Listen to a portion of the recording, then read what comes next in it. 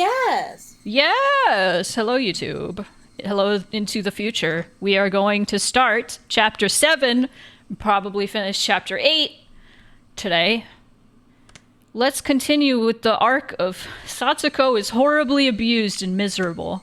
Wahoo! Yay. Yay! On that note, Did we read the tips or did we not? let's look. I think we did. I think we did. Hey, Corgi. Hello, Corgi. Ba ba ba ba da. Ba ba ba ba da. Let's continue. Time to read. Let me take a big old gulp of water then. Gluck. And only I can choose to drink water now. Only I. How many chapters are in part 3? I think I looked this up. I don't know that off my head. I actually looked this up. 2, 4, 6, 12. There are 12. Because I was like, if we do 2 per stream, then we can finish in 6 streams. So. For sure. Yes. Yes. Okay. I went home and washed the day's sweat off in the shower. There we go. Okay. Normally I could reset everything by taking a shower and forgetting all the bad things. But that didn't happen today. I got out of the shower to find fresh underwear placed neatly in the laundry basket.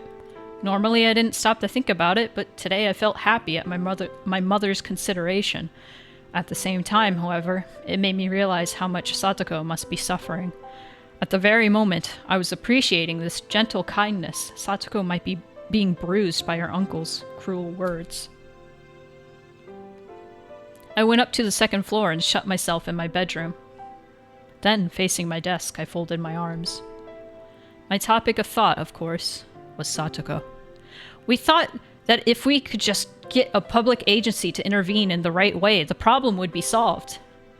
But with what Coach said, I didn't think it would be so easy. Satoko was obstinate, and she would stubbornly deny the abuse and try to endure it. And that was an act of atonement towards Satoshi, who had protected her before and then run away. As long as she thought that way, the situation wouldn't be so simple. But earlier, before Coach, I made a clear declaration. If I thought Satoko was in danger, then I would do what I had to. In the end, that meant I was just going to wait and see, too. Nevertheless, I thought I'd drawn a clearer line than Coach or my friends had. If the time came, I would report it. Over the phone. Given Satoko's personality, she might criticize me if she found out, but I believed it was ultimately the best decision. Wait, Keiichi Maibata. Would that really be all it took for the problem to end? Say that I reported it to a public agency, like the Child Consultation Center. What if they stuck to their wait-and-see attitude like last year again? Last year, they decided to do just that, and the situation improved temporarily, but then the aunt, thinking herself a laughingstock, increased her tormenting in secret. In the end, things became more underhanded than ever before. This year, it was her uncle. I had just seen him for the first time today, but the man seemed much more direct, much more violent than the word underhanded could imply. He wasn't like their aunt. No, not that subtle. He was more direct.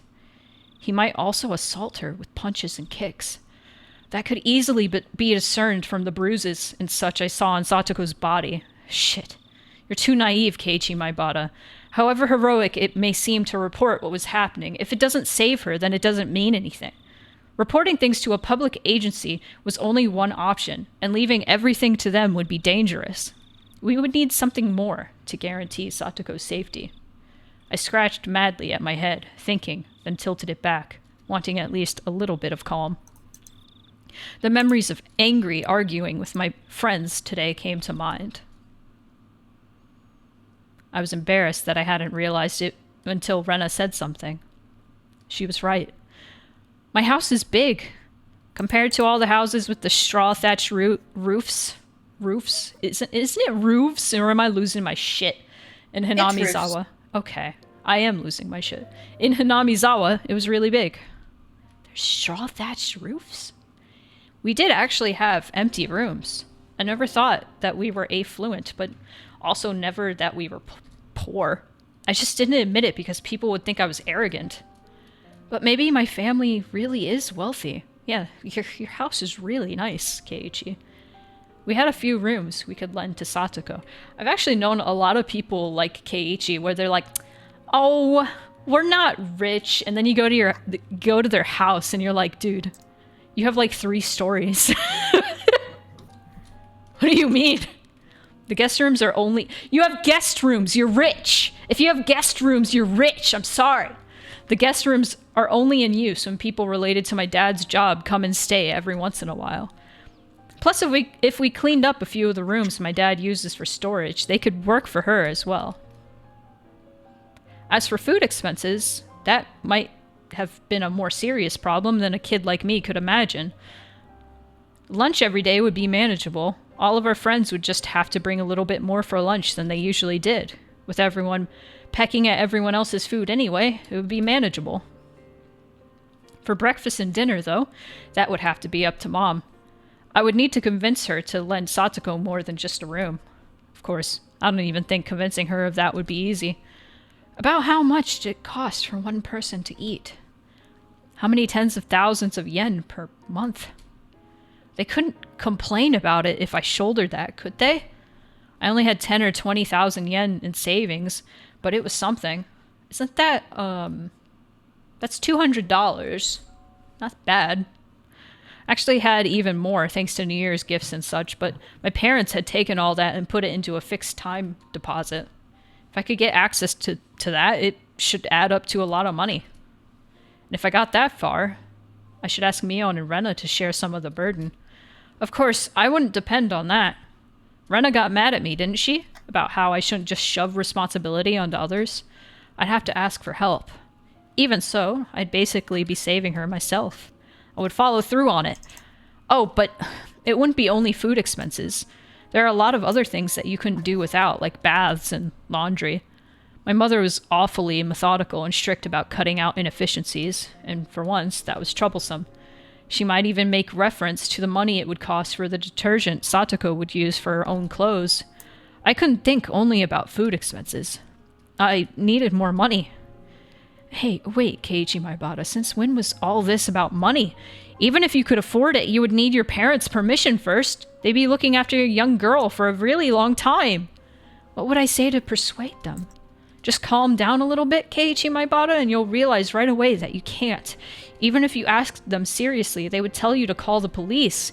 Even if you managed to gain their empathy, why should the Maibata family have to shoulder all the burden by itself? That's what would happen. That was it. It was very sad and frustrating, but no matter how much I wanted to help, my resolution alone couldn't save anything.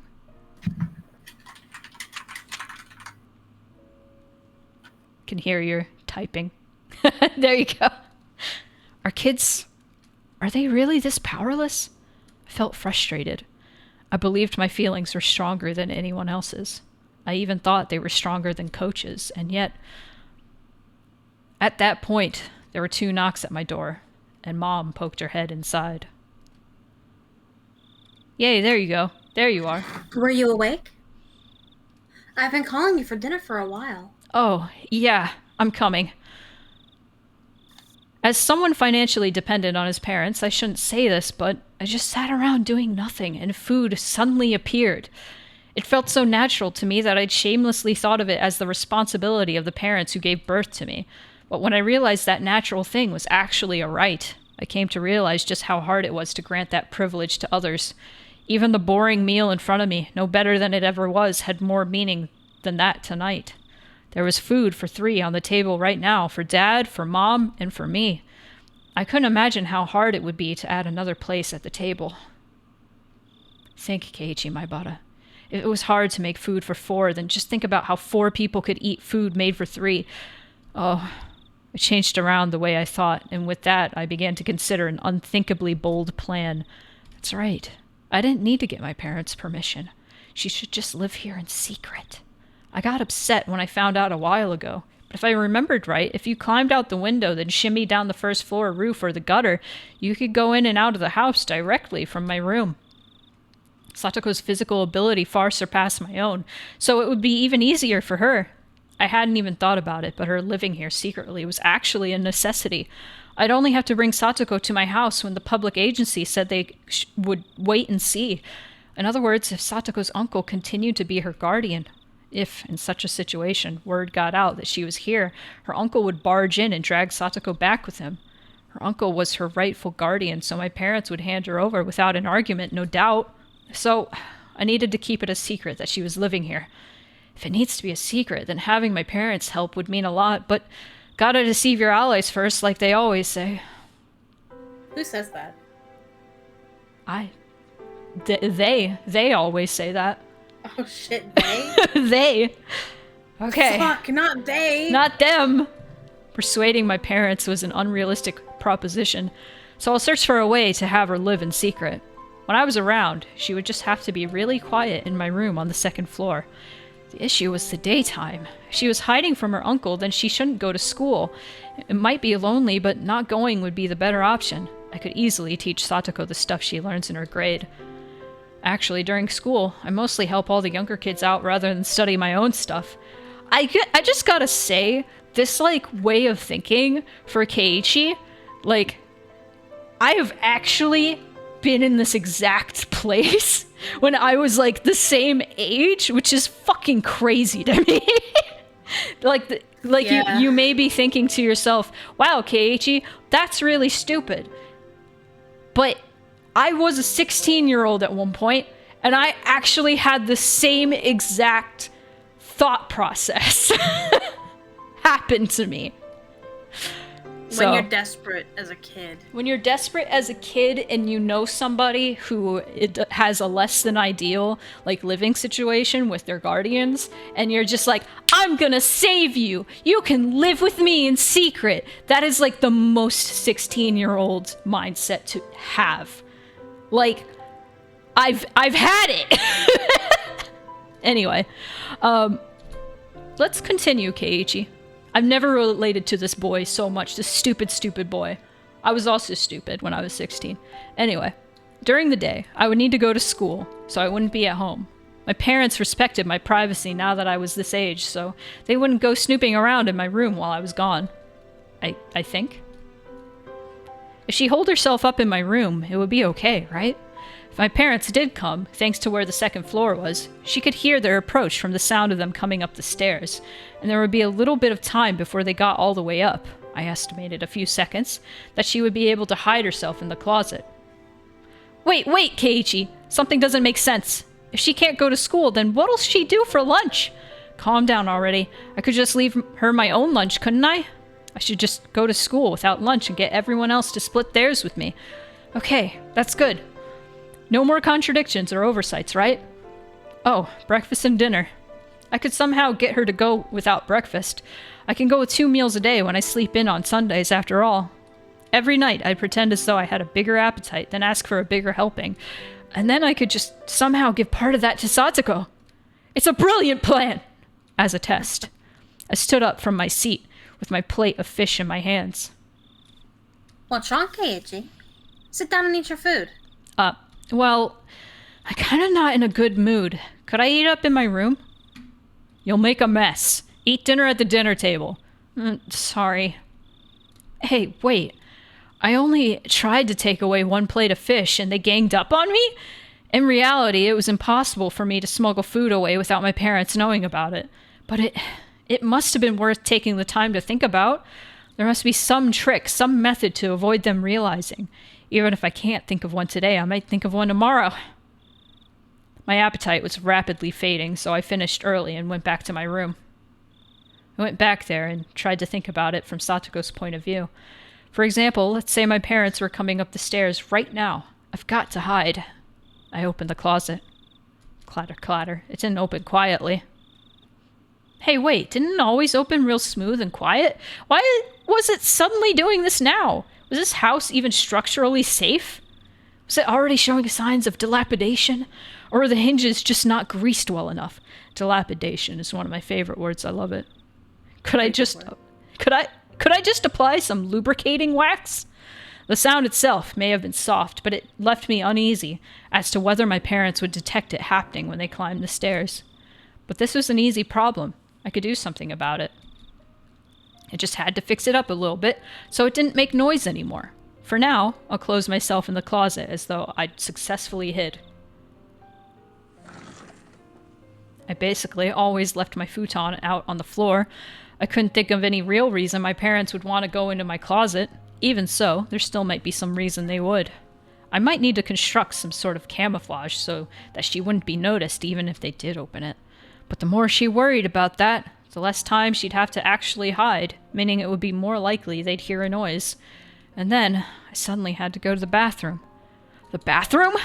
The need to use the toilet, so obvious and yet such a fatal flaw. The only bathroom was on the first floor. It would be absolutely impossible for her to use it without my family realizing. I might need to set up a portable toilet like a chamber pot, I guess. Oh, that's miserable. The more he describes this, the more I'm like, it would just be like bad anyway in a different way. Yeah. Satoko would hate it so she could go in my room, but the stench would be pretty terrible. Anyone sensitive would probably notice the smell without even coming into the room. The bath was okay, though. She could just take a bath when my parents were out, but I couldn't do anything about a toilet. When her stomach started to hurt, if my parents were lazing around downstairs, she'd be in trouble. It was then that I noticed that I'd been clawing at my head with both hands. I sat down in the dark closet with my knees against my chest. I buried my face in them and tore at my hair. The more I thought, the more contradictions popped up. The more I thought, the more things failed. And the more I worried, the more I was reminded of how little power I actually had. My back started to hurt from staying in a cramped place for so long. But if I was to shelter Satoko, I would need to force her to feel this pain. To live in such a dark, narrow, suffocating place forever. But it would still be better than being abused by her uncle, or so I wanted to think. It got hard to breathe, so I gave in and crawled out of the closet. I looked at the clock, and to my surprise, it was 3:30 in the morning. Jesus! It had felt like so little time, but it was so unbelievably long. Let me take a sip. Sippy. A lot of narration by Keiichi. When I realized that, I was slammed with a terrible urge to sleep as if the time had only just caught up with me. I didn't have enough strength to fit it, and I fell flat onto my futon. Shit, I can't just go to sleep like this. If I waste any time, that'll mean I'm taking the same wait-and-see attitude that Mion and Coach and everyone else did. I needed to keep worrying about how to rescue Satoko for a minute, or even a second longer than everyone else. Isn't there a better way? Isn't there a better way? That one phrase I spoke to myself swirled around and around in a spiral and steadily took over my entire mind. For my last moment of consciousness, I thought. There were a lot of blind spots in what I'd considered tonight, but I absolutely wasn't wrong for having those ideas. Tomorrow, I would suggest this bold plan to the others. Mion might be able to help somehow, and Rena was really sharp, so she might have a good suggestion. And above all, we needed to rescue Satoko once again, with everyone helping out. God, the spiraling is so familiar. It sure is. I felt pathetic for letting myself fall asleep. I'm sorry, Satoko.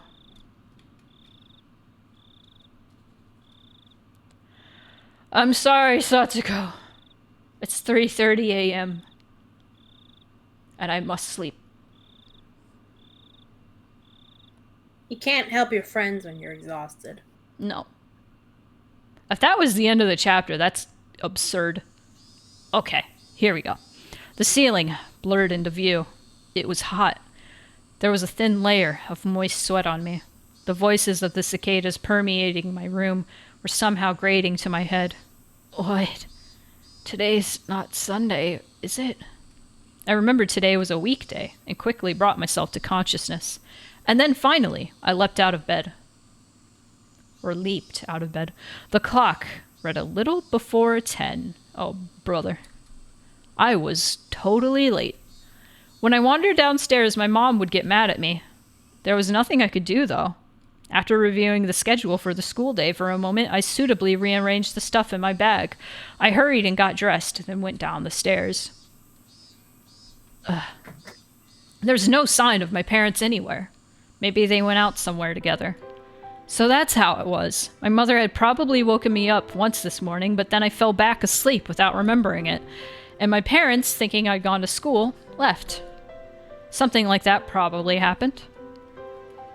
I went to the front door, and as I expected, it was locked. It's that fucking front door again that makes me uneasy. Looked like I was right. It was further evidence of my speculation being correct. When I realized my parents weren't here, I suddenly felt less like I had to rush to get to school. There was one portion of breakfast left in the dining room. Probably mine. The milk they'd poured in it had gone warm since a while ago. When I realized how hard it would be to sneak food for Satoko, yesterday I had cried. Well, thinking back on it, food wasn't the only issue in that regard. I wasn't in a position where I could care for Satoko by myself anyway. Typo in the group chat. It's such a heavy thing just to save a single person. I'd seen this on TV and in comics all the time. Those feel-good words about how you'll save your friends for sure and such. Was that why I ran my mouth like that, swearing to save her because I wanted to feel good about it? No, that absolutely wasn't true. Because the fact was I couldn't save her. Because I didn't want to think like an adult, like I couldn't do anything but watch. Had Satoko gone to school today? I immediately realized that was a meaningless question. Whether or not she did, there wouldn't be a change in the environment she'd been placed in. If I couldn't save her, and no one else could either, then we could only pray for a miracle. Are we so powerless? With a vague goal of getting to school in mind, I sluggishly put on my shoes and stumbled out the front door. I had only overslept by 2 or 3 hours, that's still a while for school, but the sunlight and air felt completely different from how they usually were in the morning. Well, of course they did. Once 10 o'clock came around, you could barely call it morning anymore. I didn't feel like walking the same old route to school. I needed to ultimately end up there, but it was like I didn't want to choose the shortest route, the most proactive one to get to school. Put in a more positive light, maybe I wanted some time to walk by myself and think. I had to go to school, partly to make sure Satoko was safe, but I hadn't come up with any plans yet. Nothing since last night. So the path I took from my house was in the complete opposite direction. If I went this way, I'd pass Rena's house and the dam site. Hey, Angel. Higurashi, when they... It would be quite a detour. I calculated how long of a detour it would end up being, then, satisfied with the answer, I started to walk. Rena had brought me to the dam site a few times. One section of it had turned into an unlawful, oversized garbage dump, and Rena really liked going fishing for junk in there. Without that, she'd come off as a completely normal girl, too. I can think of a few other qualities she could do without, but whatever. So mean. The view quickly opened up wide, and I was hit by a strong wind. I think the only time we've seen the dam site during these streams was during the first chapter when we had the old graphics on, so this is really interesting to see the draw over. The no dumping dump. There was no shelter here at this big dam site. This big damn site. Maybe it was a good thing I came here, I thought. At the very least, it was more healthy to think about stuff in a place like this instead of a cramped bedroom. I took a deep breath, filled my lungs with the rich, cold air unique to Hinamizawa. Ring, ring. I turned around reflexively. It was a bicycle bell. Oh, I have a feeling I know who it is, maybe. Considering where I was standing, I don't think they were trying to get me out of the way. They'd ring the bell because they wanted something from me. It's him! Tomitake! I knew it was going to be him. Hey, excuse me. You're from Hinamizawa, right? Yes, why? I've seen this person around a few times. Right, I remembered. His name, I think, was Tomitake, a freelance photographer who lived in Tokyo. He would zealously visit Hinamizawa every season to take pictures, or so Mion and the others told me, I think. Could you tell me how to get to the Furude shrine from here? I think I left my map at the inn. I don't know where to go. The shrine? From here? I I knew where everything was in my head, but explaining it, how to get there was difficult. I was a little irritated at having been bothered for this, but when I realized it meant my detour actually meant something, that feeling faded quickly. I'll tell you, but it's a little difficult to explain. I could bring you there if you don't mind. Really? I would be in your debt. Thanks a lot. But are you sure? Did you have something to do? Tomitake-san finally appeared to have realized how strange it was for a student like me to be here at this time of day. Hello, Dragon Shark GF. I smoothly told him not to worry about it, then turned my back and started walking towards the Furude shrine. Tomitake-san hurried to turn his bike around and came after me. Sorry. Don't worry, all guys have times when they need to split up in the pack and be lone wolves for a while. What a free-minded freelancer. That's me. It was easier for me, too, that he was under that impression. I'm Tomitake, a freelance photographer. I specialize in wild birds and landscapes. I'm still pretty unknown, though. It seemed absurd for him to introduce himself when I was just showing him to the shrine, but he gave me his name, so I needed to give mine back. I'm Maibara. Pleased to meet you, I guess. Maibara-kun. Pleased to meet you. He seemed like a pretty silly man, but that felt kind of good considering I'd been suffocating with worry over Satoko all night. What a silly little man! He's just a silly guy. What a silly guy! Along the way, Tomitake-san spoke at length to me about how precious the nature in Hinamizawa was and how it was a treasure trove of rare, wild birds, despite my not having asked. I wasn't interested. 1-800, did I ask? Tomitake-san. I wasn't interested in what he had to say, but he seemed to be enjoying himself, so I left him to it. Woo! These steps will take you up to the shrine grounds. Thank you. You really helped me out. I think I'm a little late. As Tomitake-san mumbled to himself, he left his bicycle nearby and started to climb the stairs quickly. I didn't have a watch, but as far as my internal clock could guess, it was still a little late in the morning. Oh, is he going to the shed? The shack? With Takano? Maybe. School wasn't very far from here. Maybe I could kill a little more time until then. With that in mind, I went up the steps in pursuit of Tomitake-san. When I reached the top of the long staircase, I arrived at the wide-open shrine grounds that were too grand-looking for this tiny village. Tomitake-san. Oh, there he is. It looked like he was supposed to be meeting someone here. Then he got lost and ended up being late. He was bowing to a lady who must have been the person he was meeting. Takano! Yes! I love her. That lady. I knew her. Yay, I get to read her voice. Hang on. I get to be someone other than this stupid boy.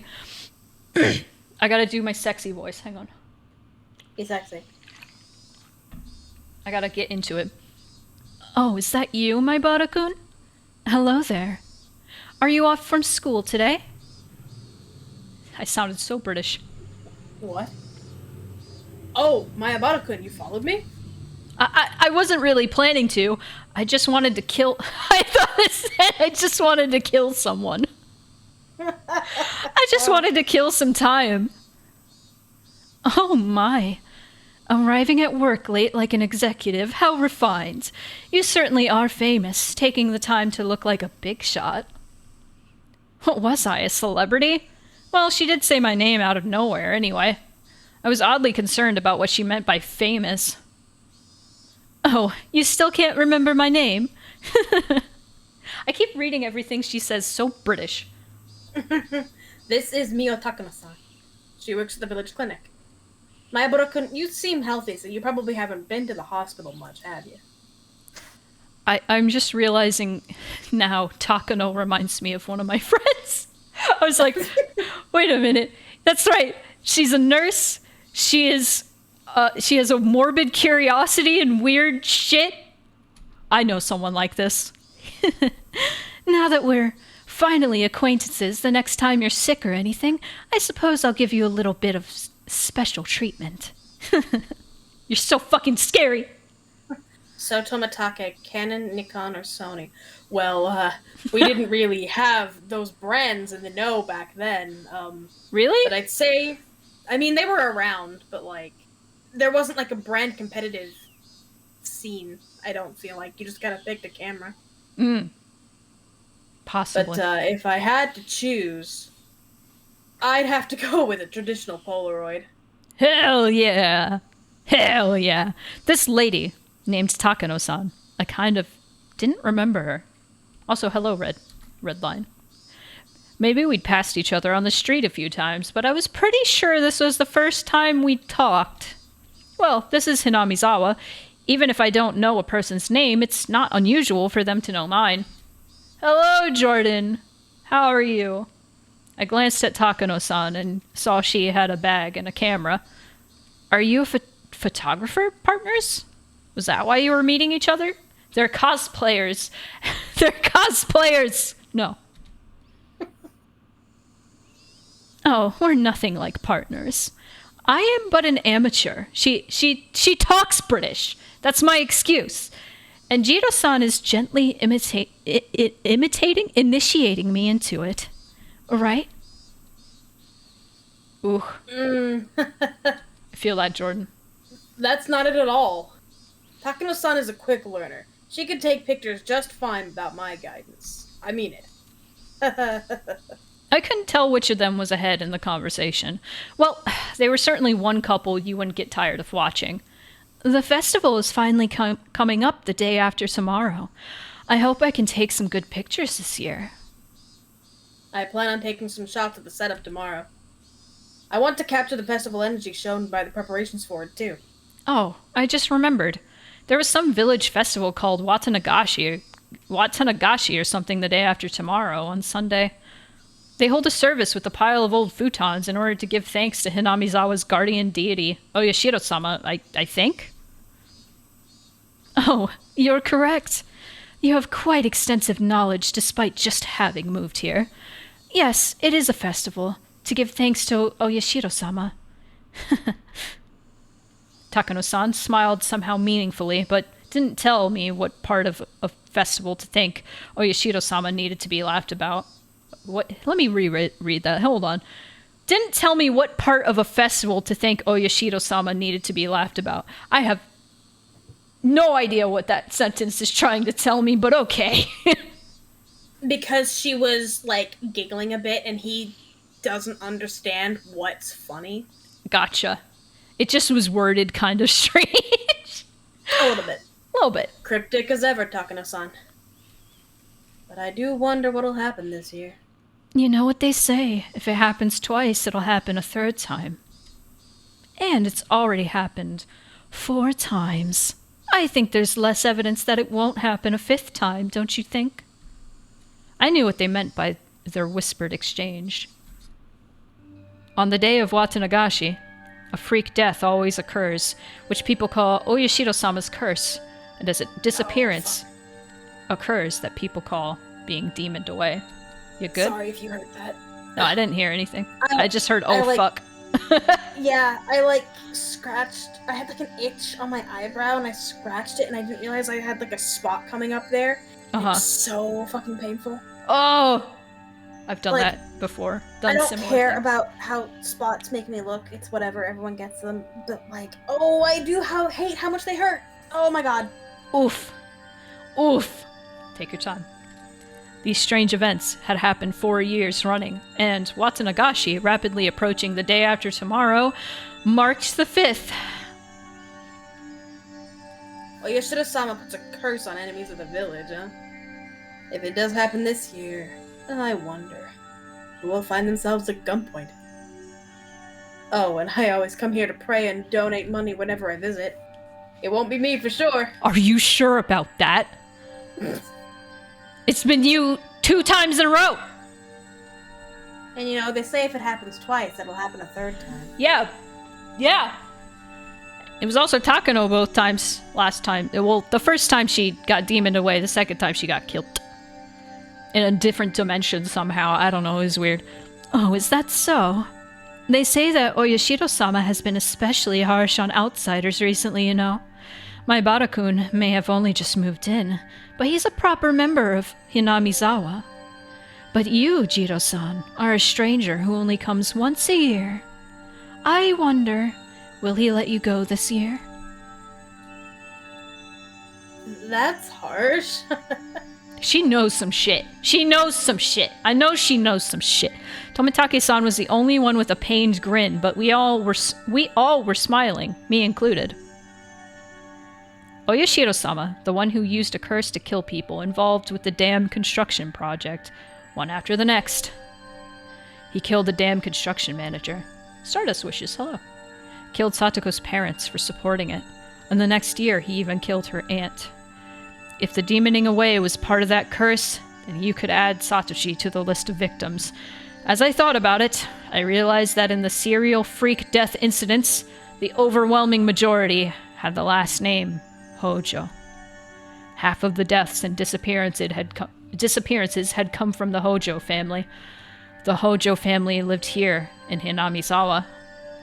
Did that mean Oyashiro-sama punished and cursed them particularly harshly because despite that they had been in favor of the dam? Have you heard the news that Satoko's uncle has returned? Takano-san, who had been enjoying a few words with Tomitake-san, was caught unaware by my sudden inquiry. New sprite. New sprite! Gone now, but that was a new sprite for her. New sprite! Oh, I'm sorry. What was that?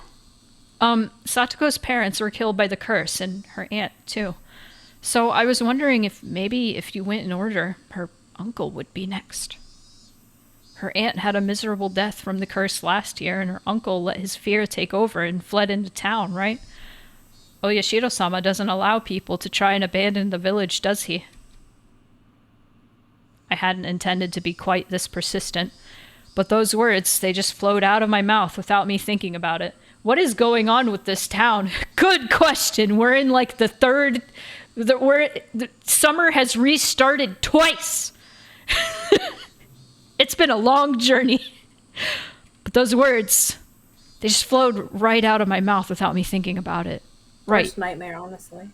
Honestly, yeah. Summer starting over and over again. Oyashiro-sama's curse. I didn't believe in something so unrealistic, of course, but the fact was that every year, unfortunate accidents and incidents happened to enemies of the village. Like Takano-san said just now, it had happened 4 times. No one could say there wouldn't be a 5th.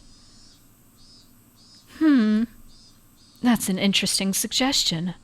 It is true that if you look at those sacrificed in previous years, those named Hojo come up quite frequently. Given how long it's gone on for, her uncle being the one to die or disappear this year isn't out of the question. Not again, Takano-san. Don't laugh about it. It could really happen. I'm sorry. But Oyashiro-sama's curse is my life's work. I love when people die. It's awesome. Takano-san gave off a mysterious, somehow intellectual impression, and her life's work was mysterious in its own right.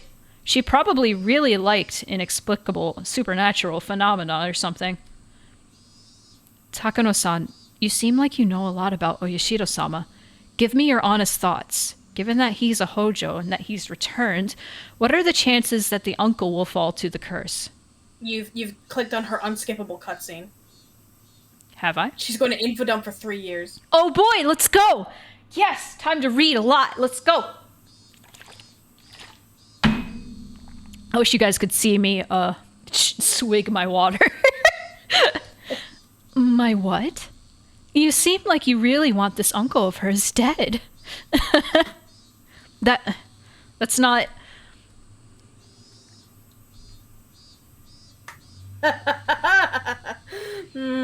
I wonder. It all depends on the whims of God. Or Oyashiro-sama. My Barakun, do you know the true identity of Santa Claus? Hang on. Hang on. Okay, 1, I need to read that again, and 2, I have a really funny thing I need to mention. Oh. My Barakun, do you know the true identity of Santa Claus? So I have this stupid mobile game It's just nonograms, like, you know, Picross, mixed with like Neko Atsume. So I just with my points that I get from doing nonograms, I buy things for cats, and it's fun. So after solving each puzzle, it shows me a little picture, and one of the recent pictures was of Santa Claus, but it wasn't titled Santa Claus, it was titled Winter Hero. And the category was holiday, and I was like, this is a screenshot designed in a lab to make conservatives implode. Oh no, it wasn't Hungry Cat, it was Meow Tower. It's cute. It does have a lot of the predatory like ad bullshit that is definitely meant to target older folks who are vulnerable. But I don't fall for that shit. That's all mobile phone. That's all mobile ads are, or mobile games are, because it'll be like, oh, you ran out of pencils to do nonograms. If you want to get more, you're gonna have to buy more, or you're gonna have to wait 2 hours. And I'm like, I can wait 2 hours. I'm fine. I just want to play this when I'm using the bathroom. That's it. Right. Here's the thing. Mm-hmm.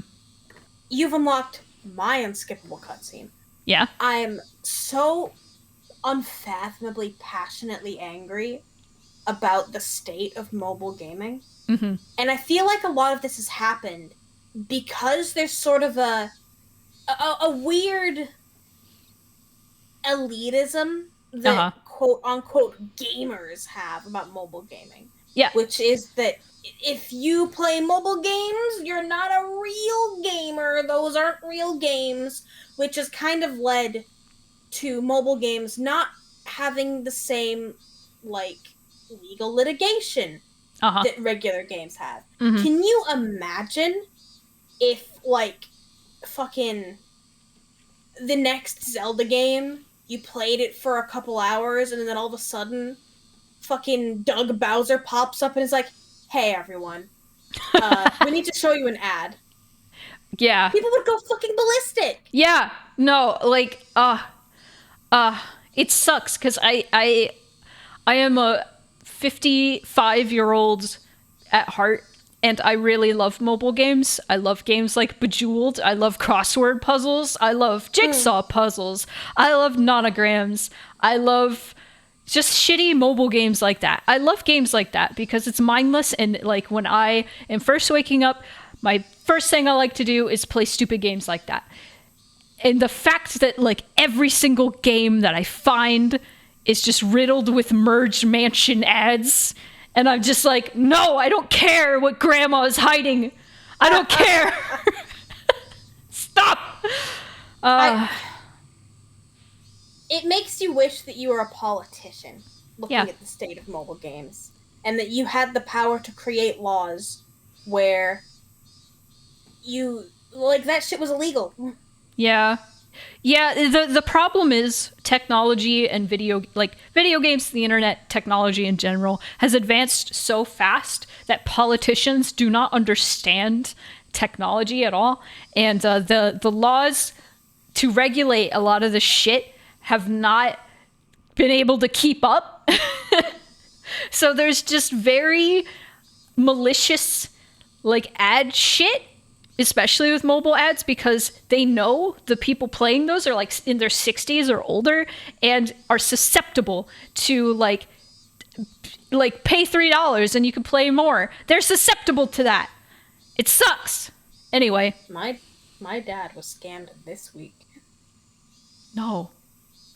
By a mobile ad? Not by a... I mean, sort of, kind of. It was adjacent to that. Mm-hmm. He was trying to get in contact with our mobile phone provider.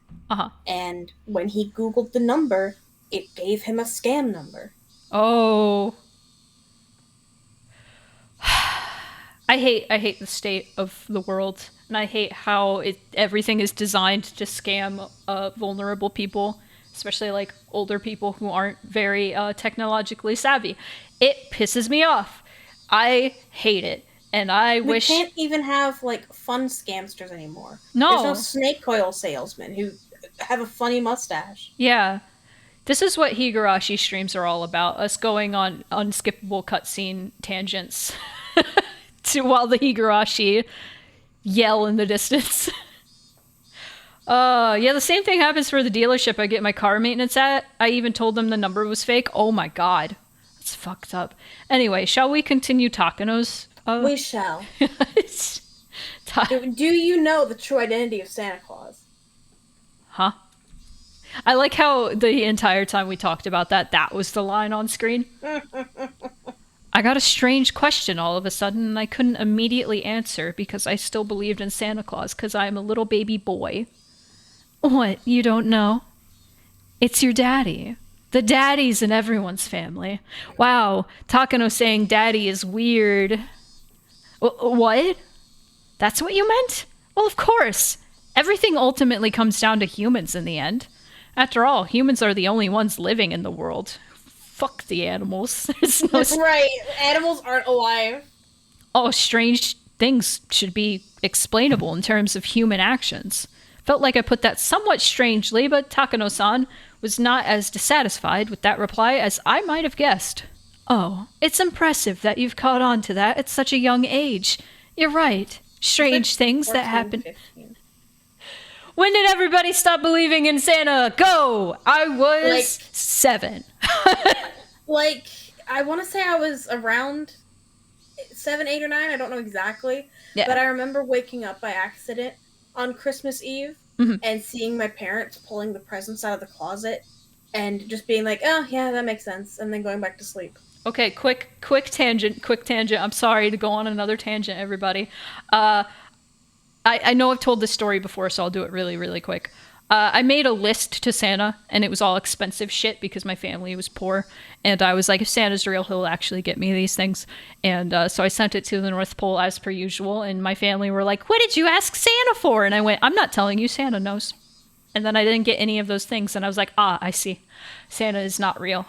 You did a fucking social experiment about it. I did. And then my mom just took me to the side and was like, Santa's not real. I'm Santa. Your dad's Santa. There you go. And I was like, I knew it. And then I told my little brother and he was like, I knew it. And then I told my older sister who was 6 years older than me. And she was like, God damn it. Why did you ruin it for me? Because she was like 15. Or 13, rather. But anyway. That was my quick tangent. Strange things that happen in the world of man are all caused by man for his own benefit. My Bada-kun, I'll ask you again then. This time, not Santa Claus, but Oyashiro-sama. Do you know anything about who Oyashiro-sama is? Takano-san took a step towards me and gazed into my eyes as she asked. Santa Claus was really the parents of every family's children. If lionizing? That's an interesting word. I've never seen that word before in my life. Let's go Google it. Google that shit. Lionizing. To make someone famous or to treat someone as if they were famous. Well, goddamn. Word of the day. Word of the day. We have learned if lionizing that legend was a corporate tactic to try and profit during Christmas sales, then what was Oyashiro-sama really?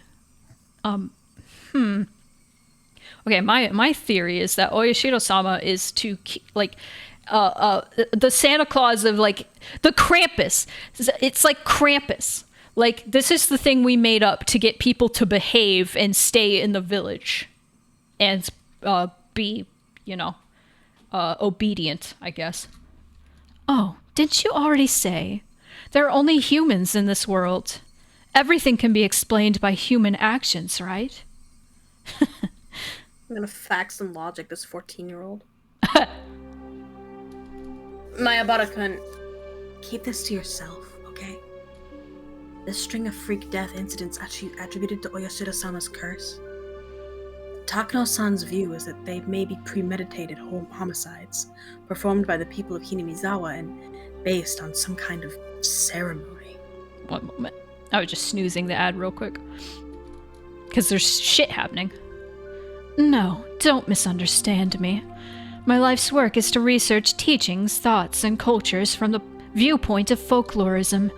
I don't really care at all about who the culprit really is. Just keep that in mind, please. I could tell only that she was saying some crazy stuff. To use a food analogy, like you'd force feed a duck to be fattened, she forced her words down my throat. That's what it felt like. To understand that in the first place, you have to go all the way back to ancient times when Hinamizawa was called Onigafuchi, or the Demon's Abyss. The Transcendents who lived there believed themselves to carry the blood of demons, and so were only half human. She's making foie gras out of me. Takano-san, having entered her home field, leaned forward and began to speak of ridiculous matters. Tomitake-san realized she was overawing me and interrupted for me. Takano-san. You can't just chatter on about that stuff to Mayabara-kun. Look, he's really confused. Oh my, are you? If you want to hear more, ask me anytime. I have heaps of the grotesque stories that boys your age seem to love hearing. Thank you. If I feel like it, I will. For now, I softly and safely gave my refusal. Takano-san seemed a little unhappy that Tomitake-san had rained on her parade, but she stopped talking about it then. Even so, it was still a very interesting story. That Oyashiro-sama's curse, which we thought of as strange freak deaths, were really homicides perpetrated by people of the village. Well, I mean, if you thought about it logically, it would have to be. People wouldn't be dying because of a curse. Someone's obviously killing people and making it look like one. Indeed. As for who that is, it might be safer not to try and find out. Snooze that. There we go. Seem like you know, Takano-san. You seem like you know, Takano-san. You may not have proof, but you seem like you believe it. Please. There we go. Oh my. Why do you think that? I just kind of felt it vaguely. It didn't seem like her extreme passion for this research would calm down just because these things were taboo or because it was safer and easier. This person loved walking through the profound, forbidden abyss of risks and taboos. Let's leave it at that, Keiichi-kun. I just helped you escape, and now you're trying to talk about Oyashiro-sama again. I wanted to take a nice walk while it was still cool. Tomitake-san seemed a little disappointed not to be able to go on the date he'd planned since I had brought up a weird topic. But right now, there was something I wanted to ask, just for a little bit. And that was about whether Satoko's uncle will be chosen for the curse this year. If he was, then another miracle would happen, just like last year. A terrible incident would happen again, but it would release Satoko from her unfortunate circumstances once more. Well, I do have a few suspicions as to the kind of people who would probably become involved, of course. It's a natural, inevitable conclusion for anyone who's researched the history of Onigafuchi village. Who do you mean? The Sonozakis. What would I do if I knew? I asked the question to the other me deep inside, but got no reply. How enthusiastic. What would you do if you knew? Nothing, really. If you found out, you might get into danger yourself, you know? Maybe the 5th year's curse would be you.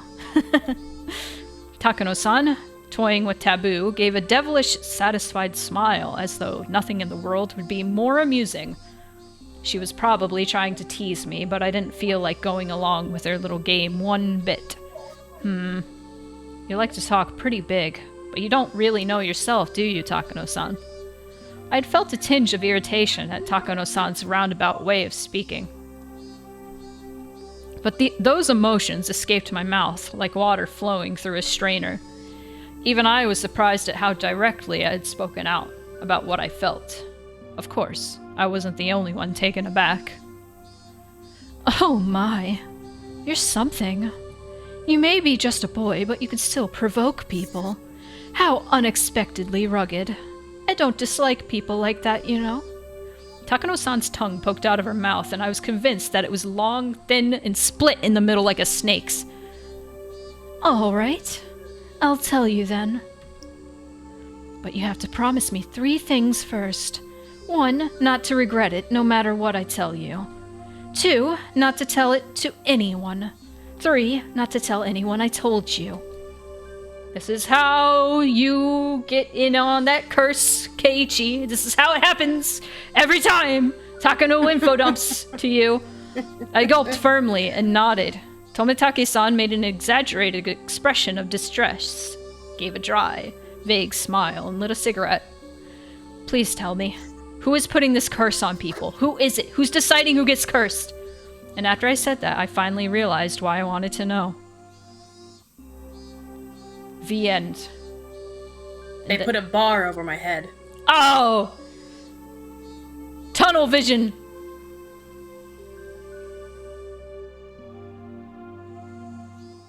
That'd be interesting if that was the end of the chapter.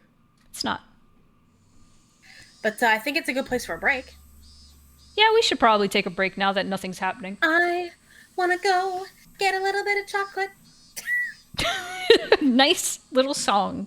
All right, yeah, let's take a break, and I will play the ad, so it doesn't keep yelling at me that it's about to play. So let's take a little break. That was what? The ad was my second motivation.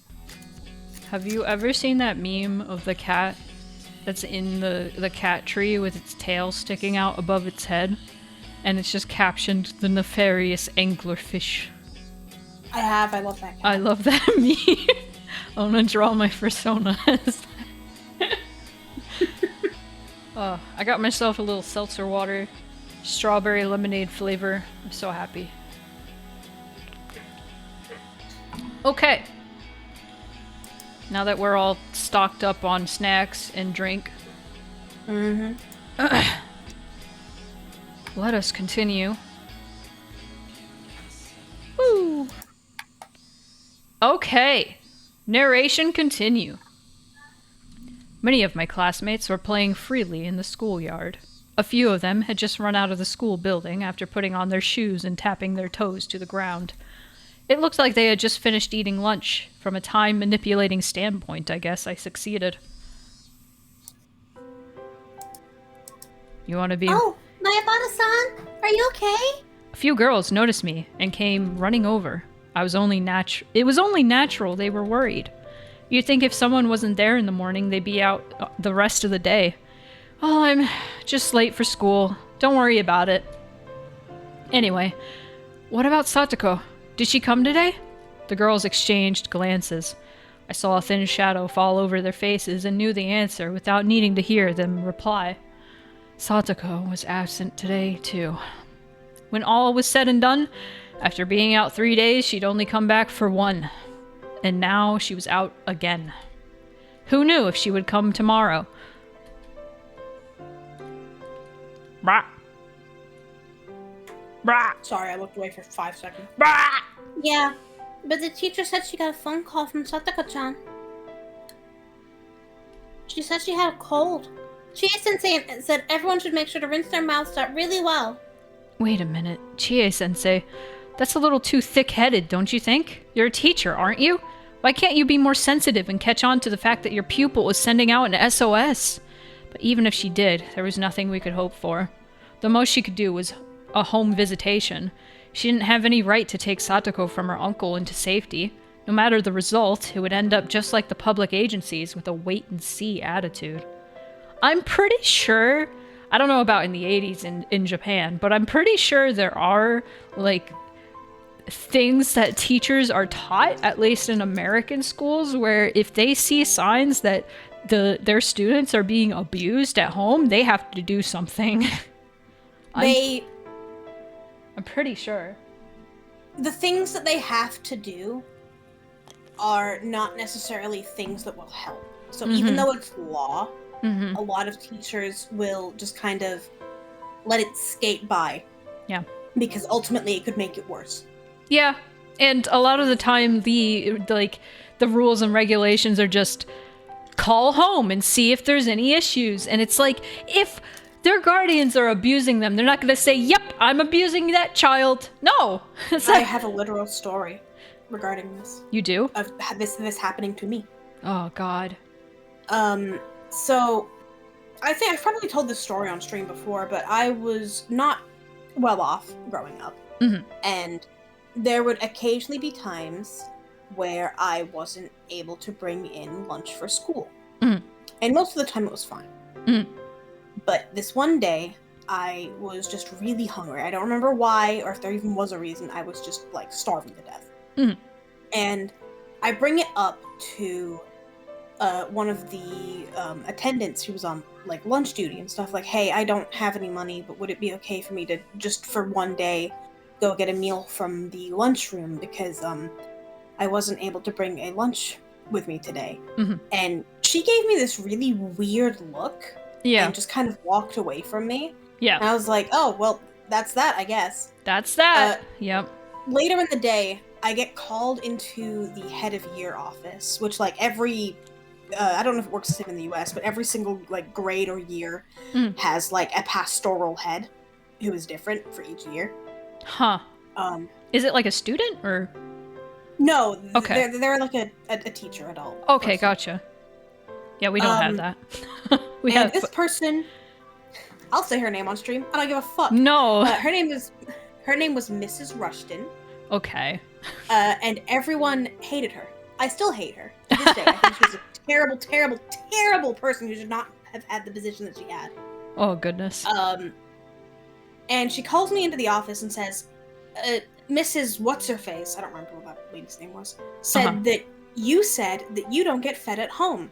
And I was like, I didn't say that at all. And she was like, oh, are you saying that Mrs. What's-Her-Face was lying? Oh and I was God. like, no, she's clearly just misunderstood what I meant or misheard me. And then she proceeds to call my dad while I'm in the room. And she's like, your child is telling us that you don't feed her at home. Oh my God. And I was just stood there in fucking shock.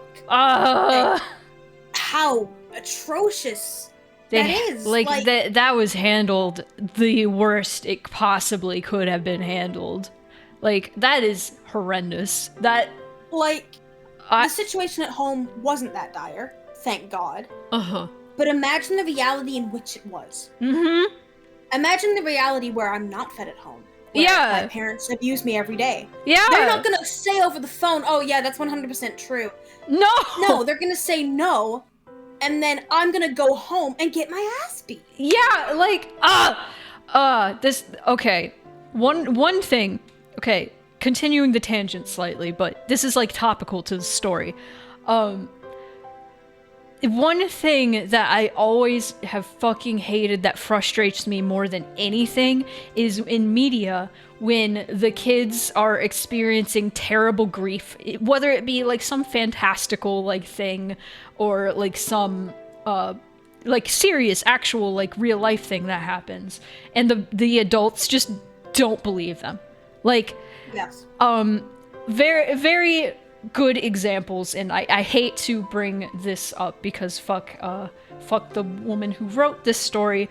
In Harry Potter, when, you know, Voldemort was back and Harry was trying to tell everybody, and all the adults were like, you're fucking crazy, you're stupid, you're getting punished for that. Like, oh, it drove me insane. I actually really hated, like, I still hate the movie Hocus Pocus. I'm sorry to anybody who loves that movie because it has that theme in it where it's I hate that movie. I hate, like, that's the particular reason I hate that movie, is because the kids are like, these witches are after us, they're trying to kill us, and all the adults are like, you're stupid. And I'm like, no, that's like a recurring nightmare I have, is like trying to run from something, and then as soon as I'm safe, I try to tell everybody, please help me. Oh my God, there's something there's a murderer after me. And they're like, you're dumb. You're dumb. And I'm like, no, I finally have a chance to ask for help and nobody's helping me. It's like such a visceral thing. It's such a visceral thing, dude, because it's so fucking real. Like, just adults not listening to you, or people in general not listening.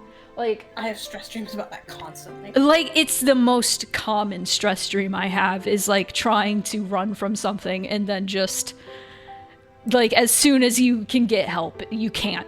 Nobody believes you. That's like the true enemy. It's like, it sucks so bad. Huh. To end that story, though. Yes, sorry for interrupting your story. You're fine.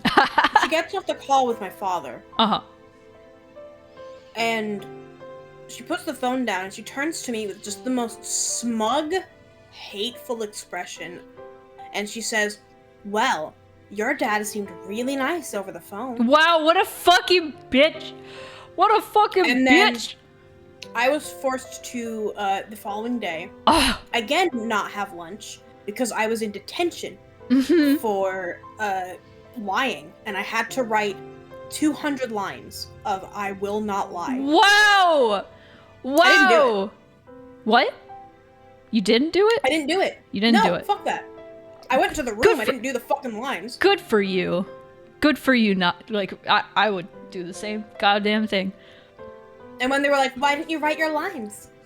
I threw it back in their face. Why do people become teachers when they hate kids? That is the exact reason so many people become teachers, is because they hate kids and they want to torture and abuse them. That is the exact reason, like, a lot of people become, like, nurses, is because they want to bully people and tell them what to do. And, obviously my dad was furious at this. Oh, to yeah! This day, he doesn't believe me that I didn't try to rat him out. God! He doesn't believe me to this day. That teacher has permanently ruined a part of my relationship with my father. Oh! Oh! I had a lot of teachers like that, honestly. I knew a lot of teachers like that just were complete assholes that were like, I hate kids. I'm gonna be terrible to all these children. Anyway, let's actually continue this story. Yeah, I have a million stories about Miss Rushton, so if we ever go on a tangent again, I'm raring to go. I'm raring to go to have some topical shit. Good God. It would just piss Satoko's uncle off, and her suffering would only grow deeper. Then wasn't saying she had a cold the best option? She's right. Be careful not to catch a cold, got it? You can go now. There's still plenty of time left in lunch break. Wishing her a very step on a Lego. Yeah. Fuck her. The girls excitedly scattered into the schoolyard. Oh, Keiichi-kun! Rena was yelling out the classroom window, waving her hand. A moment later... Oh my god. The little action I did for that line was a wave. I didn't know she would actually do that. Aww. A moment later, Mion and Rika-chan poked their heads out too. Rika-chan, my baby! My baby! I love her. My daughter. Nipa is turned off right now. I'm sorry. It's fine, so I'm doing it out loud. I'm debating on, like, turning the redeems back on, but everything has been consistently pretty serious, so... Yeah. We were very worried that even you would be absent today. Thank goodness. You don't seem sick. You look pretty okay. I felt a little uncomfortable with her saying that I didn't look sick, but I didn't care that much. What happened? Overslept? Well, late is late. Think if I said I was late because of a train accident, she'd let it slide? You overslept? Mion was being a bit persistent. Was she going to put on her club president cap and scold me for being late? Well, maybe she didn't have it in for me, so I briefly stated that she was right. Okay, I know nobody on stream can see my cursor, but I just wanted to apologize to you, Cal. The game doesn't let me, like, click or press enter unless my fucking cursor is on the text box right there. It pisses me off. Well, maybe I didn't notice it until you pointed it out. I'm sorry that I pointed it out. Well, maybe she didn't have it in for me, so I briefly stated that she was right. There's still more bento. Everyone eat up. Without Keiichi-kun here, we couldn't have any fun. Satoko is still absent, huh? Even Rena, feigning cheerfulness, couldn't stand to hear that, and her face darkened. She called this morning. Apparently, she said her cold came back and she was staying home again. She said it might go on for a while, too. She must be sad, so we were all talking about going to visit. Oh boy. Oh, that's gonna be heavy. What are you saying, Rika-chan? Not pleased with Rika-chan wearing a wide smile as though it was a happy occasion, I threw cold water on her. We know best of all she doesn't have a cold, don't we? Don't ever tell a fib like that again, even if it as a joke. I'll get mad next time. Rika-chan furrowed her brow, looked down, and mumbled an apology. It's not just you, Keiichi-kun. It's hard for everyone. I know I'm not the only one worrying, but none of us can do anything either, can we? That's true, but... I got the feeling I would cause another fight if this exchange went on. So I apologized first. Sorry. I'm sorry, so forget about what I just said. It's hard for everyone, right? It must be. It was at least clear, however, that I was the only one who had worried so much about rescuing her. At the very least, everyone else probably got the normal amount of sleep last night. Probably had good dreams, too. They definitely hadn't stayed up all night thinking so desperately. I know it might not be what you want to hear right after you get to school, but you were late today, Kei-chan. Did it have anything to do with Satoko being absent? Huh? Mion, what are you talking about? Sometimes you act kind of foolhardy, Kei-chan. When both you and her were absent this morning, we seriously thought you might have kidnapped her and hidden her somewhere. Easy for you to say. If I could have, I'd have done that last night. None of them had really thought about how difficult that clear-as-day solution was. I was up thinking all night, thinking until the night was brightening. And then I concluded that I couldn't do anything of the sort. Don't be dumb. I couldn't hide someone. You're right. I'm sorry. I apologize if I upset you. Don't worry about it. Anyway, let's eat some food. I'm starving. Took my bento box out of my bag. Everyone moved to make a spot for me to sit. Maibara-kun, did you just get here? And just as I was about to stick my chopsticks in, Chie-sensei came along. Yeah, sorry for being late. I overslept. What the heck? Even the teacher was giving me that strange look. When you're finished eating, could you and the president come to the teacher's lounge? There's something I want to talk about. Uh-oh. Probably about Satoko, I thought. Sensei left it at that and went back out into the hallway. Eating lunch can wait. Let's go, Mion. You're right. Mion and I exchanged looks, nodding to each other, and got up. It's probably about Satoko-chan. No doubt about it. They were saying she had a cold, but everyone in class knew the truth. I didn't think that... Oh, okay. Hang on. I didn't think that wouldn't have reached the teacher's ears by now. I kept playing dumb, so I think she gave up asking me. Revealing the truth to the teacher would only worsen the situation. Was that why she hadn't said anything? Or was it because she was Satoko's friend and knew that she was trying to endure the trial of her uncle's abuse in order to get her brother to come home? What should we do? Maybe we should use this chance to get a collective opinion. What do you want to do, Rika-chan? Me.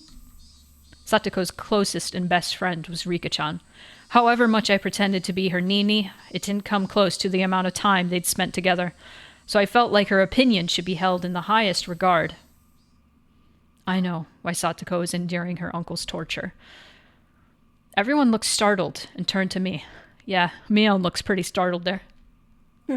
Back then, whenever Satoko was abused, she probably cried and hid behind her brother.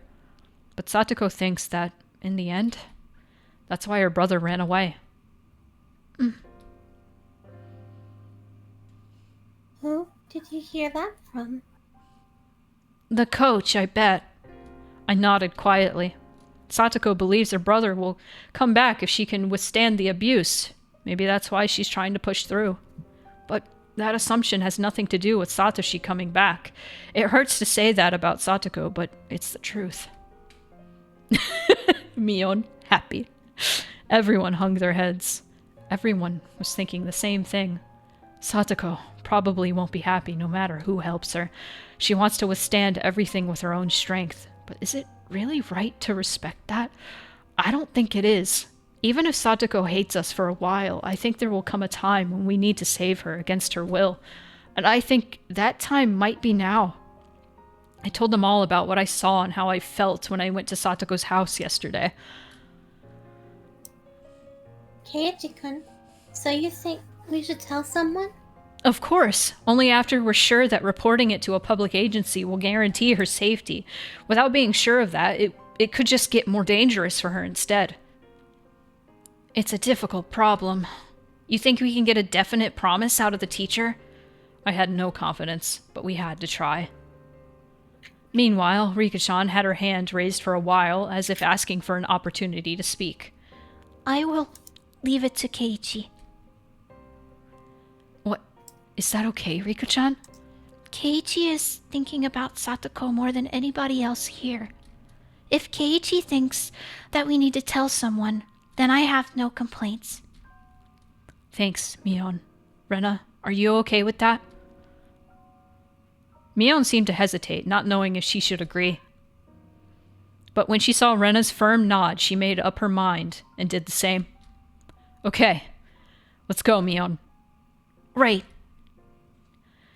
Rika's voice is my favorite to do because it sounds the most different from my normal voice. Nipa. Nipa. Fluttershy sounding ass. Oh my god, there's curry. There's curry! Oh my god. I haven't had curry in so long. I keep saying, oh man, I want curry, and then I don't get it. What the fuck is that, like, lamp ornament? It's like a genie's lamp. Yeah. It's so cute. What the fuck? Is it full of curry? She pours it from on high. Yeah, I'm just imagining like curry coming from like a little genie lamp little thing. That'd be so cute. She has all the like she has like garlic, it looks like, and probably like other like curry spices and that other thing. Oh, she's just like me for real. My god. Soup, curry, same thing. Curry's better though. I should have a Mario that's saying curry. That's stupid. Only Chia. Charles Martinet on the horn. Charles Martinet, please say curry for me. No, the reason soup is funny is because he's saying Super Mario, but it's cut off. Anyway, only Chie-sensei was in the teacher's lounge. We didn't see the principal anywhere. The schedule on the blackboard under the principal's name said training, going straight home. Our principal's sense of justice was too strong. Satoko's problems wouldn't be solved with something so vague. Maybe it was a stroke of good luck that he wasn't here. When the teacher saw Mion and I come in, she closed up her curry bento, saving the rest for later. Now, this is 3 characters, and one of, like, they're all me. Do you want to be Chie for a bit? I can be Chie. Okay. Sit over there, please. She told us to take a seat in the chairs directly in front of the principal's seat. I hadn't sat in this chair since doing the paperwork for transferring in. The 2 of us sat there uncomfortably before the teacher walked over carrying a notebook and a ballpoint pen and sat in front of us. Mayabata-kun, you were absent this morning. Did something happen? I'm sorry, I overslept. Really? I have no reason to lie. She narrowed her eyes at me in suspicion. Now I was sure of it. She wanted to talk about Satoko. In any case, I think you 2 already know, but your friend Hojo-san has been away quite frequently lately. Neither Mion nor I had anything to say in response, but the teacher proceeded, not minding. Would you happen to know anything? There are some people in class spreading bad rumors. Mion looked down and remained silent as though she were being lectured. She sent me a quick glance. Everyone had made up their minds. They'd be leaving things to me. Mion-kun? Or you, Mayabata-kun? I won't get mad or anything, okay? If you know something, I just want you to tell me. Sensei, can we ask you a question first? She must not have anticipated that response. She looked surprised. I don't know what rumors are going around about Satoko in class, but if those rumors happen to be true, what would you do, Sensei? Well, what would I do? If it's true, then I can't leave it alone. Can't leave what alone exactly? What would you do? Sensei's eyebrows shot up. Maybe I said it like I was trying to pick a fight. My Abata-kun! I'm being serious here. So am I. I'm also being completely serious right now. Please answer me. If it were true, what wouldn't you leave alone? Sensei took a few breaths and began to speak slowly. First, I'd have to visit Hojo-san's house to confirm the situation. Her uncle might get mad and drive you away, though. Well, okay. Let's say you did meet with Satoko and her uncle. Then what? Then I'd ask whether it was true. Once I got the facts, I'd go from there. Please stop talking so vaguely. What exactly would you do? Even despite my tone being so provocative, Chie-sensei bit back her emotions and listened calmly. I thought then that she was a good teacher. You're right. Chie-sensei really did have her students' best interests at heart. But she didn't have the power or the authority to save Satoko. She let her sense of justice run away with her. The situation could get more complex.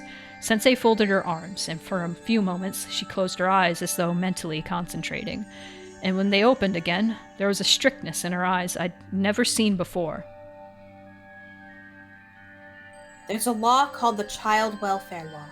It clearly states that abuse against children will not be allowed, no matter who it is. So it would seem. Then what? I'd contact the Okonomiya Child Consultation Center.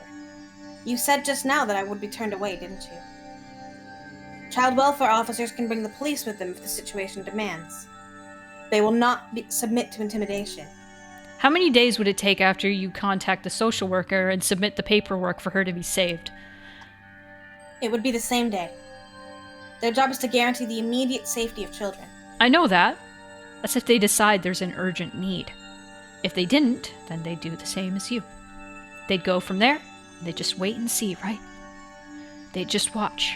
It would make Satoko's uncle's mood sour, and Satoko would be stuck with him there.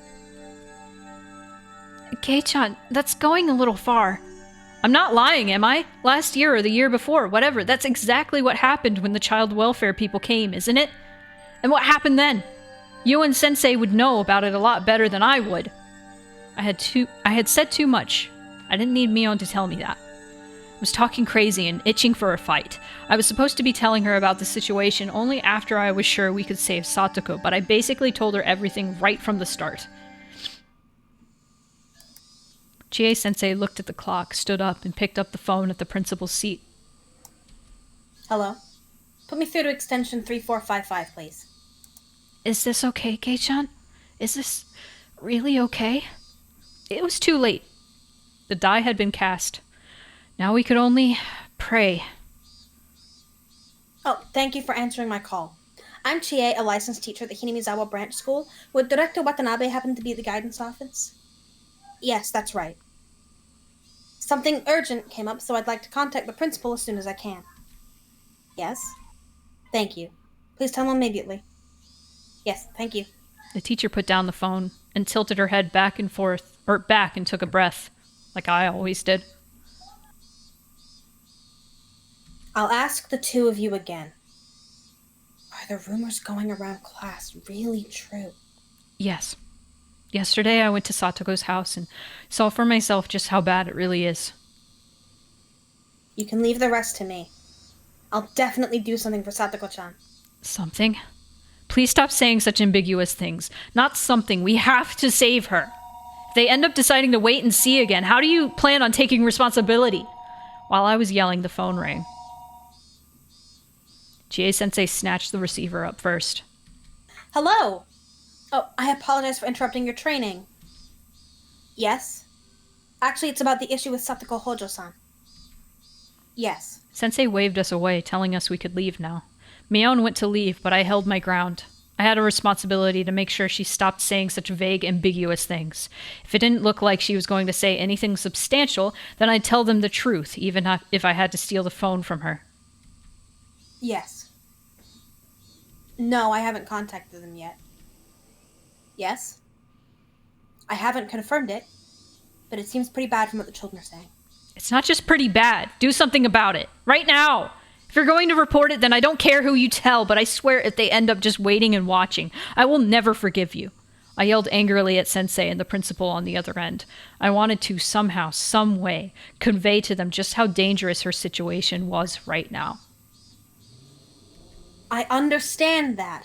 I will tell them as much. Mion-kun, please take Mayabata-kun back to the classroom. Yes, ma'am. Let's go, Kei-chan. We should leave this to the teachers now. You better promise. Until the very last moment, I glared at Sensei. Chie-sensei was feeling pressured by the likes of me. Idiot, this isn't the time to feel pressured. Now's the time when you give me a firm nod to reassure me. Even so, we've already left things in her hands. At this point, we really can't do anything but pray. Mion shut the door to the teacher's lounge. Do something, Chie. That's probably the end of the chapter. That feels right.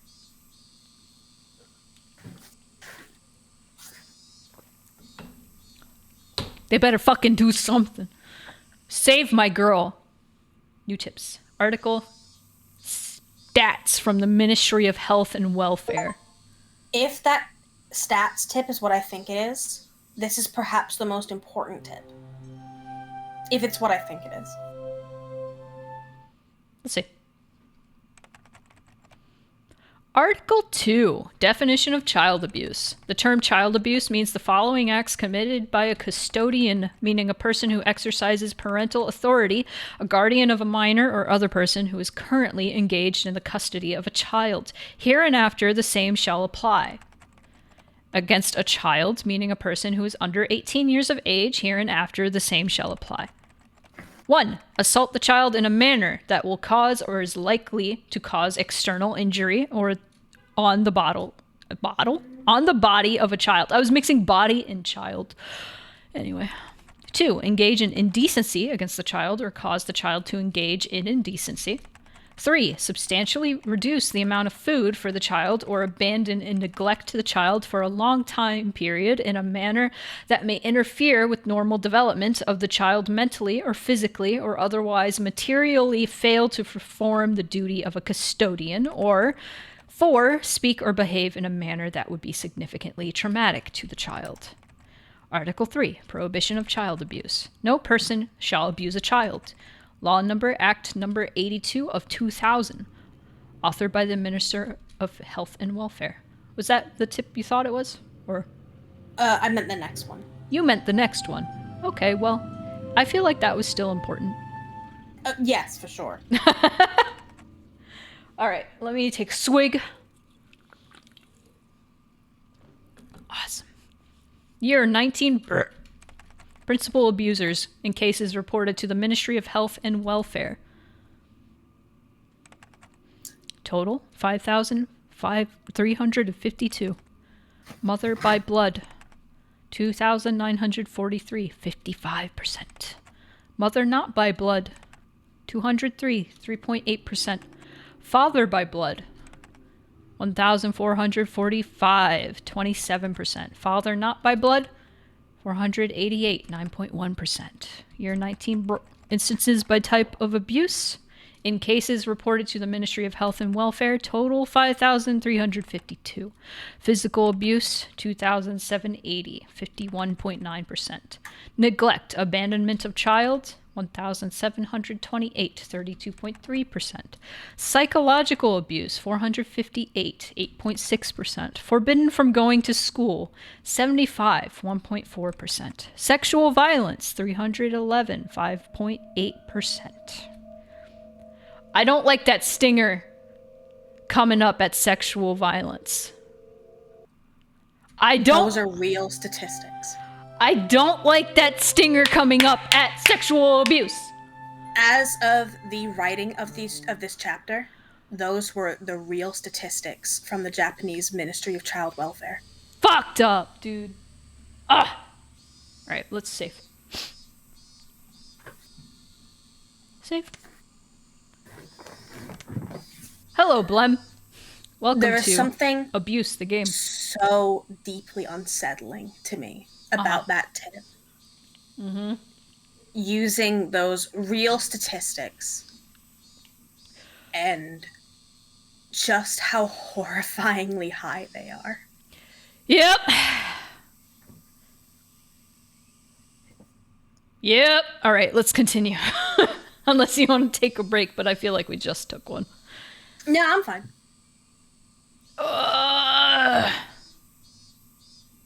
Cool. Continue. The die of fate had been cast. Reporting to a public agency, which we'd kept being warned could instead result in something far worse for Satoko if we didn't have the evidence first. I'm sorry, what's X7? What are we talking about? What are we talking? It's probably unrelated to what we're talking about, but Hey, smacks on the screen. No more Mega Man. It's time for pain. It's just, stop talking about Mega Man. We're talking about child abuse. And just like that. No, Blem, stop it. Okay, I'm gonna stop looking at chat. I'm gonna close it. I'm gonna block it off.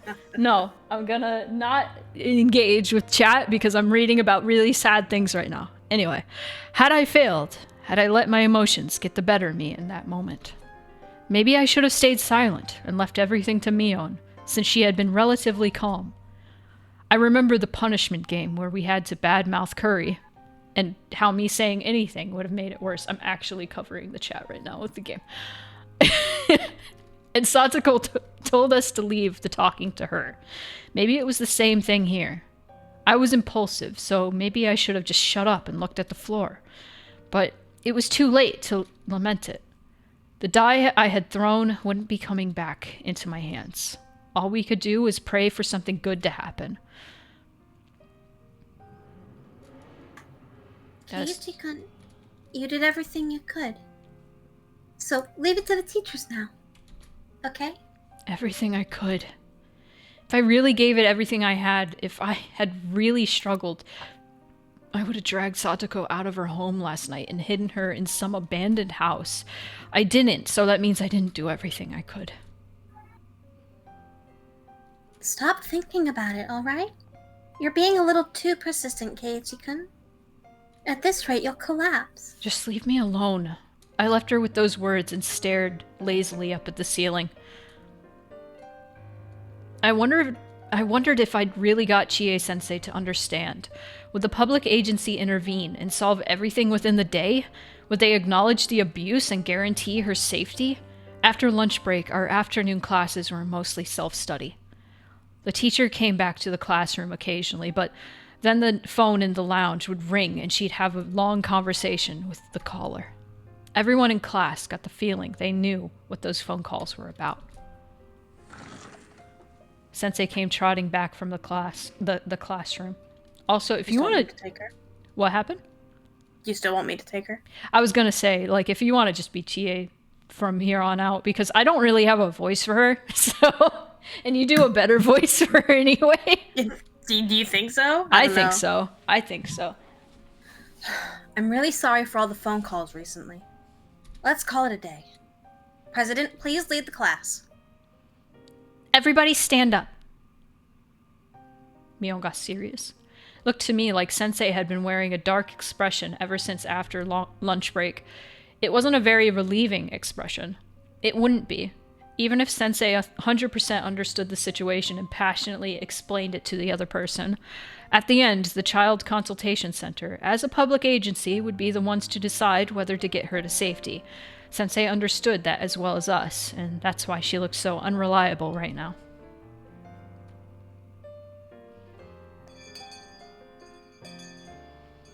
Kei-chan, let's go home.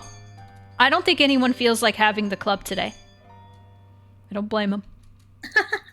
Mi-chan, it's no fun if someone's not here. Rena was right. It was no fun for us if someone was missing. If the teacher's expression had shown more promise, then maybe we could have gone home more comfortably. But I couldn't let myself feel relieved. I couldn't be naive and tell myself all I can do is pray, now that the dice have been cast, just in case they didn't get her to safety and decided to wait and see again. I need to take further measures. We've asked the people who could do something official already. Then, There was one more place that was worth asking for help. She might laugh it off, or I might be right and I could be endangering my own life, but I'd try. Oh, Mion, is it okay if I stop by your place today? You've got a lot of manga, right? I want to borrow a bunch of them. Uh-huh. Sure, I guess. There was an ominous meaning behind my words, so Mion realized what I really meant right away. I wanted to talk about something alone. That's what I meant. You. Sorry, I was readjusting my mic. How dare you? Michan, Keiichi-kun, let's go home. Rena already had her shoes on and was waving to us from the schoolyard. I always forget that, like, in Japan, they have shoes specifically that they put on at school. That's fascinating to me. Is that only in, like, I don't know. Because, like, I went to a school at one point where I wore a uniform. But we just had the uniforms at home. So we just put them on and went to school in the uniform. We didn't, like, go to school, change into the uniform. That's, like, not a thing that we did. It's just interesting to me. I think it's better. I would really like if this were, like, the accepted shoe norm. The shoe norm, the shoe status quo, as it were. Yeah. In everywhere. Because there's so much mud and dog shit and gum outside all the goddamn time that, like, please don't track it into my house. Yeah. Please take your shoes off at the door. Okay. Please? I used to watch a lot of, like, walk around videos in Japan, and it was interesting because there were a lot of, like, local shops that were, like, carpeted, and you just took your shoes off at the front of the shop and you just walked around and no shoes. And I'm like, that's weird. That's weird, but fascinating to me. The only reason I'd want, like, an indoor shoe is because, like, I don't know the environment. Yeah, and I don't want to share my... if there's some shit to, like, stub my toe on. Yeah, and I don't want... about that. Like, because I have cosplayed at conventions, and, like, I've been barefoot. They don't like you being barefoot because you could just get foot fungus from, like, just... Yeah. And, like, I wouldn't want to get somebody else's foot fungus, you know? Yeah, anyway, no. Weird topic tangent. The ideal for me is you have an outdoor set of shoes and, like, an indoor set of shoes, which I guess are just slippers, but I hate how slippers feel, so I guess just another pair of shoes. Yeah. I have my slippers that I only wear, like, within this building, because I don't feel like putting my shoes on when I go from apartment to apartment. Anyway. Mion's house was gigantic in every way imaginable. The house itself was a vaguely old-fashioned, traditional Japanese house, but the yard, I guess, or their plot of land was enormous. It easily convinced me that they really were major landowners, with Hinamizawa under their thumb. Mion... This makes me feel uncomfortable, too. Mion brought me through the guest room, and a servant brought us some tea. Wow, you have servants. You really are rich, huh? You've even got housekeepers? Grandma and I are the only ones who live here. I wouldn't be able to do everything myself. The servant left, telling us it was 5 o'clock, then withdrew with soft footsteps. We have people come in to take care of Grandma and clean 2 or 3 times a week. Good Lord, man. I just found out, like, I was talking to one of my friends, and I found out that their family has, like, housekeepers that come in, like, twice a month. And I was like, damn, I've never known anybody who has housekeepers. That's crazy. And so, like, 2 or 3 times a week is fucking insane to me.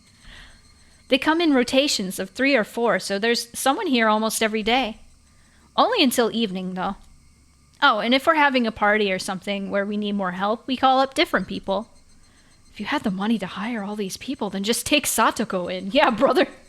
I glared at her as I thought that, and Mion seemed to catch on immediately. Oh, sorry. It's fine. I know it's not a money problem. Just to be clear, my family may be rich, but it's not money that I can use freely for myself, okay? I don't want you to misunderstand that. That's a good distinction to make, too. Just because a child's parents are rich does not mean that the child is rich. Yeah, exactly. Yeah, for sure. Kind of looked like I was bullying her. Mion had been apologizing to me a lot lately. Was Mion the sort of person who would do that this much? Maybe it's just that I've been looking so grim lately.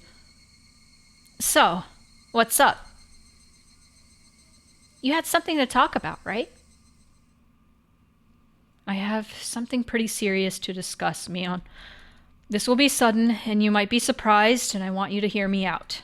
Huh? What? Oh, I'll give you a way out first. Even if what I say is true, you don't need to admit it. You're allowed to play dumb, but I want you to listen until the end.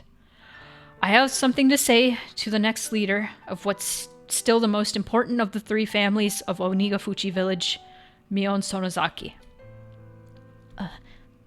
At first, Mion looked like she had no idea what I was saying, but at hearing the whole sentence and putting it together, she reacted. Where did you hear that? It doesn't really matter. I definitely couldn't tell her who told me. Takano-san, you told me not to, but please forgive me. This was why I asked you about it after all. I was surprised just that you'd heard of Onigafuchi Village, Kei-chan. But you seem to know a lot of things, both true and false, about me, too. Yeah, true and false. I really might just have the wrong impression here, but I'm okay with that, so listen. And if it really is true... I don't know what you're getting at, Kei-chan, but let me say this beforehand. You've got a big misunderstanding. So if it were possible, I wouldn't want to hear what you're about to say. Because even if you said it, I can't do anything to help you. Still, if talking about it will lighten your burden even a little, I'll listen. I'm only just going to listen. Nothing more will happen. Are you okay with that? Yeah. Mion seemed to know what kind of thing I'd be talking about.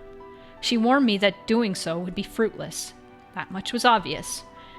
If what I was going to say was true, then the Sonozaki family would be the masterminds behind the string of freak deaths that had been occurring every year in Hinamizawa. Yeah, that was basically confirmed last chapter. You know that stuff about Oyashiro-sama's curse, right? Mio nodded a little. No one knows what it is or why it happens. Even if each incident is solved, the string of deaths and accidents as a whole is still a mystery. But there's one thing connecting them all. And that's how the targets are always enemies of the village. Seems like it. Mion spoke as if it didn't relate to her. That was fine. She didn't have to admit it. For now, I just wanted her to stay quiet and listen to me. The day after tomorrow, it's Watanagashi, isn't it? Has the sacrifice for this year's curse been decided already? Mion didn't answer. Her expression remained the same too. Like she said, she was just quietly listening. Sorry. The promise was that you just listen, so it's weird for me to ask a question, huh? Mion gave me a look she'd never given me before. A faraway look, a sympathetic one. She didn't nod, she just smiled faintly and listened to me. If this year's curse isn't going to be on Satoko's uncle, then please change it to him. I mean, last year it was her aunt, right? It's in the right order, so it wouldn't be weird. You're right. It seems like there's an order. I mean, after her aunt died to the curse last year, he abandoned Satoko and fled into the town for a whole year. Why wouldn't a guy like that definitely be next on Oyashiro-sama's list? There shouldn't be any issue with choosing him for this year. I see. If he were to die from the curse this year, no one would see anything unusual about it. I heard that Oyashiro-sama's curse is, well, no matter how I looked at it, I wasn't sure whether I should continue. No matter how I tried, the words wouldn't come out. The string of freak deaths in Hinamizawa, also called Oyashiro-sama's curse. You're saying they're incidents perpetrated by the village, carried out by the 3 families at the Sonozaki's instructions? Is that it? I don't care one bit whether you have anything to do with it.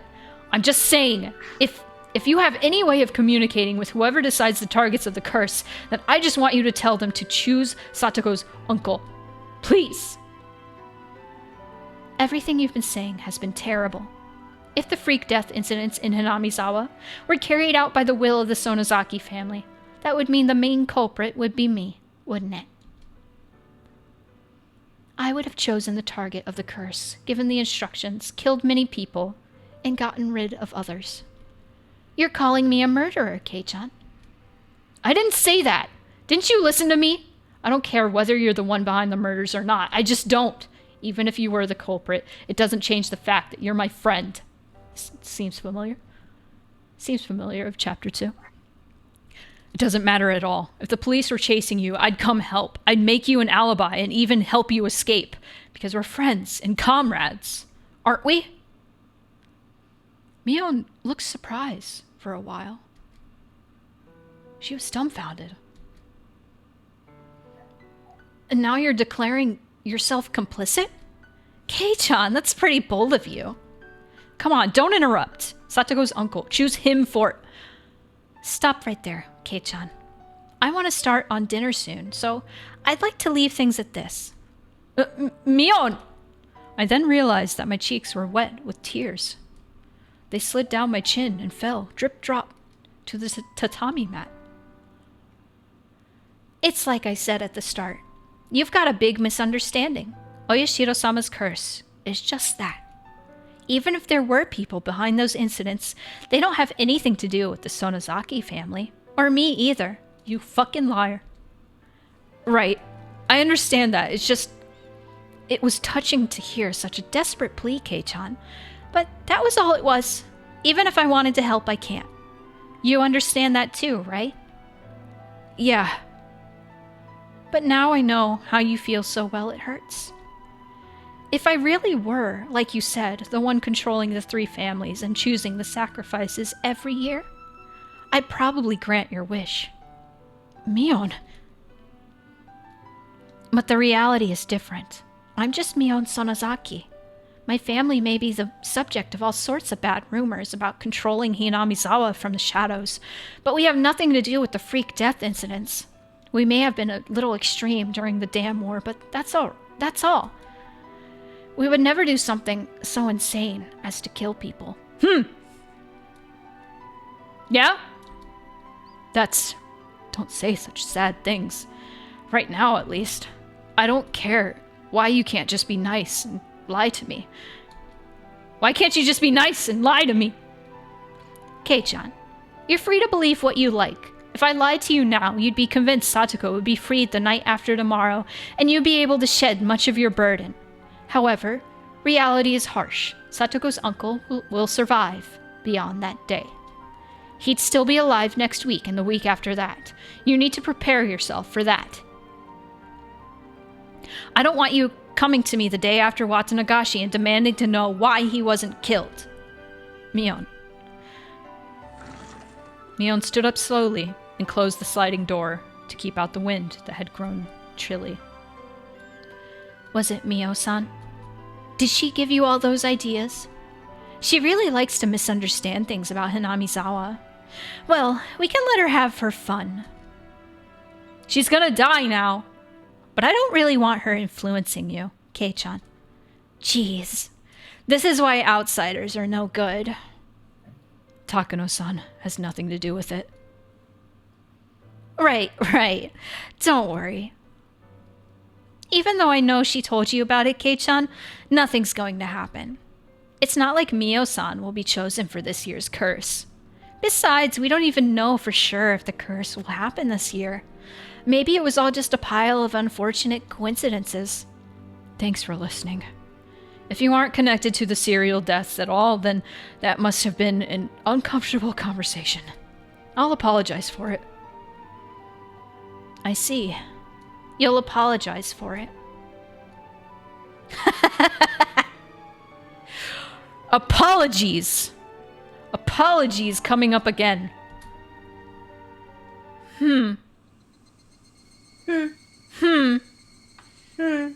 Mion said she didn't have much time, but she still brought me to the gate. Oh, there was I think it was Dupley left a comment on the last VOD and was like theory crafting with me, and I was so happy about it. Aw. I was like, that's so yeah, like a wall of text theory crafting or like pointing out parallels. Particularly, hang on, you know what? This would be a nice tangent to like bring up the comment and like just read it. because I just really liked the parallels they ended up pointing out. Let me open. Come on, YouTube. People are wild and outside. I was about to say. What if you can hear that? I'm gonna close the window one moment. They are wildin'. Okay. Might hear the VOD. Got lost forever. Yeah. Heard the VOD for half a second. That's okay. You pointed out there is an interesting parallel to how Keiichi will find out something that he's not supposed to and then proceed to try to apologize for it, whether subtly in Chapter 2 or overtly here. But something else I noticed was a parallel between Keiichi's situation and Satoko's situation. If I apologize enough, maybe they won't be so mad at me. Even when for Satoko, where it didn't matter, she still tries to please her uncle and his guest as best as she can. Part of me wants to go back and see if this parallel also applies to previous chapters and the other characters that the story has focused on so far, but I'm currently not sure what it has to do with anything. Irie mentioning that Oishi appeared with the Watanagashi tracks with Oishi's appearances in previous games, not to mention his character, but to me it feels a little convenient, especially since we don't really know where Irie fits into all this. And I also like how they added, I think when I started watching you guys playing this, I was just like, oh, hey, this seems neat. Cute anime girls that are actually horrifying. But now I'm invested. It's lovely. It's lovely. I love how much people really like the VODs of Higurashi. They don't get like a shit ton of views or anything, but all the comments people leave are really nice. Except for the ones on the first chapter when people were like, whoa, why are you skipping everything? And it's like, because it's pedophilia. I don't want to read it. Sorry. I don't care. It's not important to the plot. Sorry. It's not. Not sorry. She said she had a meeting or something today about Sunday's Watanagashi festival. So there would be a lot of people from the town council and the festival committee coming. Despite her day being so busy, she still listened to what I had to say. If there's a God in heaven, then he probably understands how strongly you feel. Yeah. Whenever Mion's eyes get like that, it makes me uneasy. I'm really sorry for being so weird today. You can pretend like this discussion never happened if you want. Okay. I'll forget about it. She's so cool. Okay. See you tomorrow. It's just Keiichi like, I'm being weird. Forget about it. Okay, I'll forget about it. Bye-bye. I'd really only spent a short time with Mion. Talking to her made me think. It was clear that what Takano-san had told me, at least, wasn't a complete fabrication. If Mion was really, really unconnected to the incidents, then she probably wouldn't have listened to me so quietly. She heard me out until I was done without making any quips, and I wanted to think that was proof. I did kind of feel like I was grasping at straws. Of course, thinking back on it, it was a terrible thing to discuss. I mean, I went to my friend's house, called her a serial murderer, and then told her to kill Satoko's uncle. I was the only one talking that whole time. Mion quietly listened to everything I had to say, like a pastor listening to a confession. She could have gotten angry partway through, told me off, and to go wash my face in miso soup and come back later. That should have been priest. Priests are the one who listened to the confession at the confessional booth. Sorry. Isn't Are it? they not the same thing? No. Priests are in Catholicism, pastors are otherwise. I mean, it's just different flavors of the same meal. Yeah, but priests are specific to Catholicism, and confessionals is specific to Catholicism, I'm pretty sure.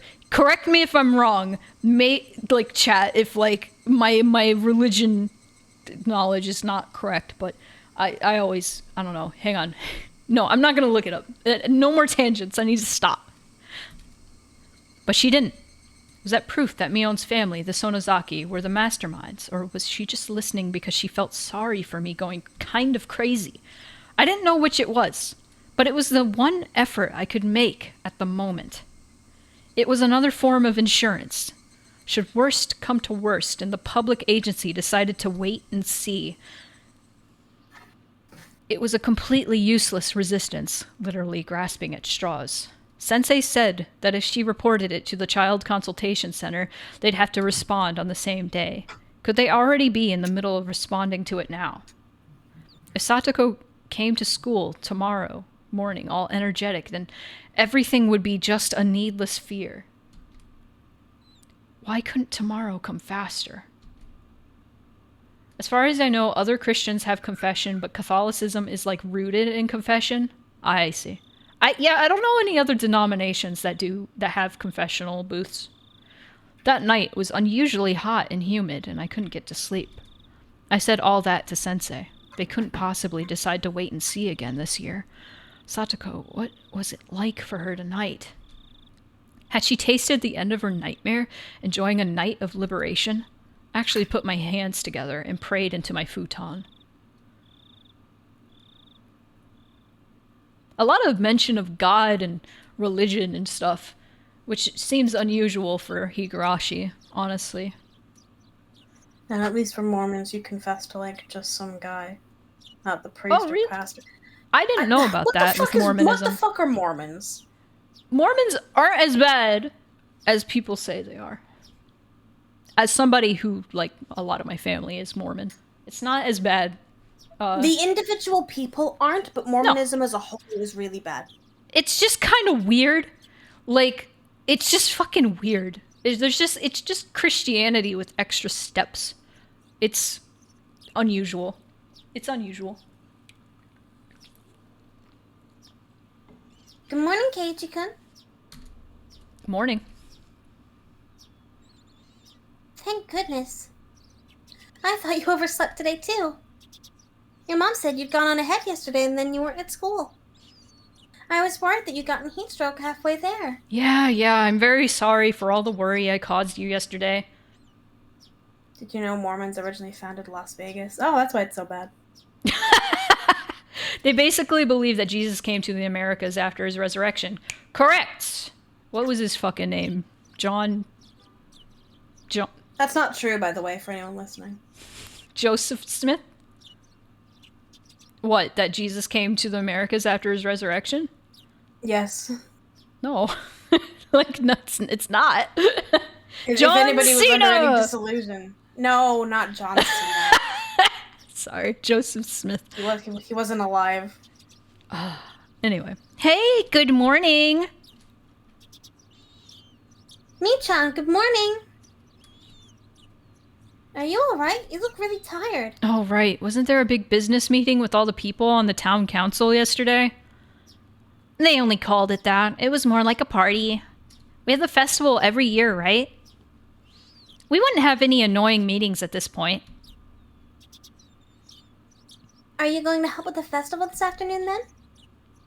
Yep. I have to do a meet and greet with all sorts of people in Grandma's place.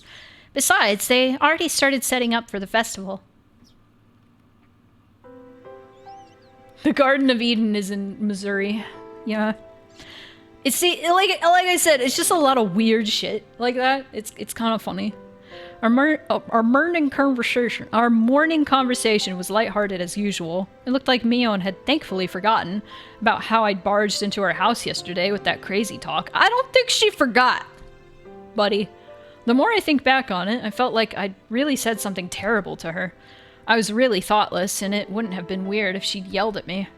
It was highly possible Takano-san had exaggerated her story to think that our comrade and friend, Mion, the young leader of the Sonozakis, one of the three families effectively controlling Hinamizawa, was pulling the strings behind the serial death incidents was a little unbelievable. But if there was even a 1% chance that it was true, then what I said yesterday to Mion might have been a success. Yes, it was no more than 1 in 100, but that little bit of effort might have brought the chances of saving Satoko up by even a tiny bit. At least I'd made that effort. After yesterday ended, I was sure I'd done everything I possibly could. If there was something else I could do, it was probably just clap my hands and pray that Satoko's uncle would be killed by the curse. just like with Goku. Clap your hands for Goku. Anyway. What? You've never heard, like, there was an episode where, like, it was like, clap your hands to give Goku power. Dragon Ball. That's a real thing. Like, I didn't watch Dragon Ball, but I heard of it. Clap your hands. They raised their hands, but close enough. Oh, my bad. I don't know. I never watched it. You raise your hands, give him power. I hope Satoko makes it today. Sorry. Me too. Raise your hands in praise, hoping Satoko's uncle dies. Give. True. Do it. Sensei is doing things for her, right? I'm sure it'll be fine. My aunt is a welfare agent in the Hinamizawa district. I gave her a call last night. Huh, I didn't know your aunt was a welfare officer. What happened? Did you tell her about Satoko-chan? Yep. Chie-sensei called the Child Consultation Center right after we talked to her. A child welfare officer apparently visited before the night was over. My aunt said that they were going to pay visits at regular intervals from now on. Enough with the dumb little stuff. I want to know what happened to Satoko. Did they get her safe? My aunt wasn't that informed about it. I was supposed to keep this all a secret anyway. Her telling me was a big breach of ethics in the first place. Damn, that makes me feel even worse. Let's get to school. How many important family members does she have? All over the Many. town. Many. She's a Yakuza. That's like part of the reason this story is so scary, because the Sonozakis have so much power and you know they're killing everyone. Right. Discussing this more would just make me feel worse. It was far quicker to go to school and see if Satoko was safe or not. The three of us nodded and ran off. Was Satoko safe?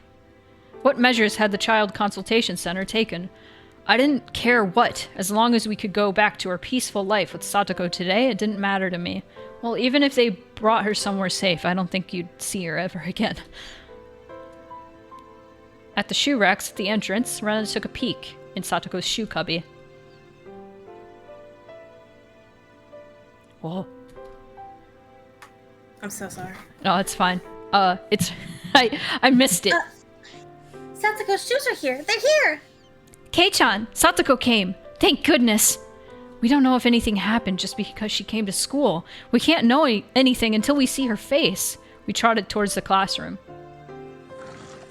I didn't realize the ad went, but it's okay. Nothing super important was happening. The classroom was lively, as it usually was in the morning. Satoko! Where are you? Me. She's right here. It's too early in the morning to be so loud. Would you please keep it down a bit? Satoko-chan, are you okay?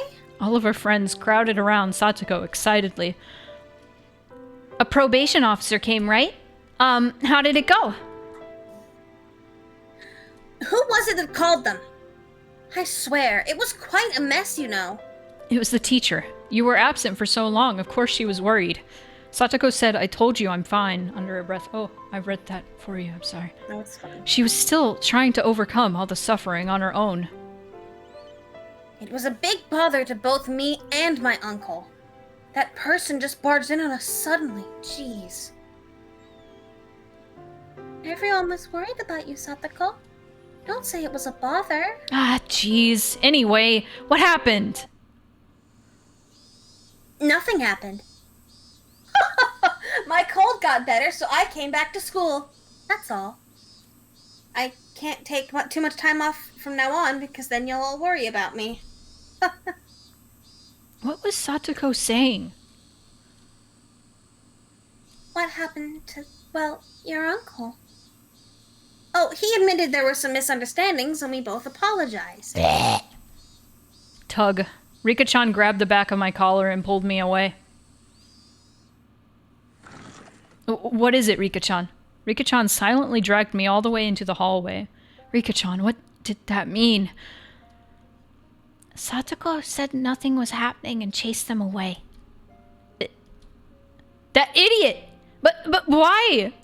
No, somewhere in my mind I thought it might turn out like this. Satoko didn't ask for anyone's help. She didn't hide behind anyone. She was trying to ride out this pain.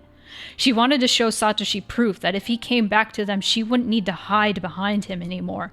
But Coach said probation officers can bring her to safety in an emergency, even if it's against her wishes. However much Satoko denies the abuse, it's a fact. Chie-sensei finally came. Her expression was far from cheerful. Yes, you're right, Mayabara-kun.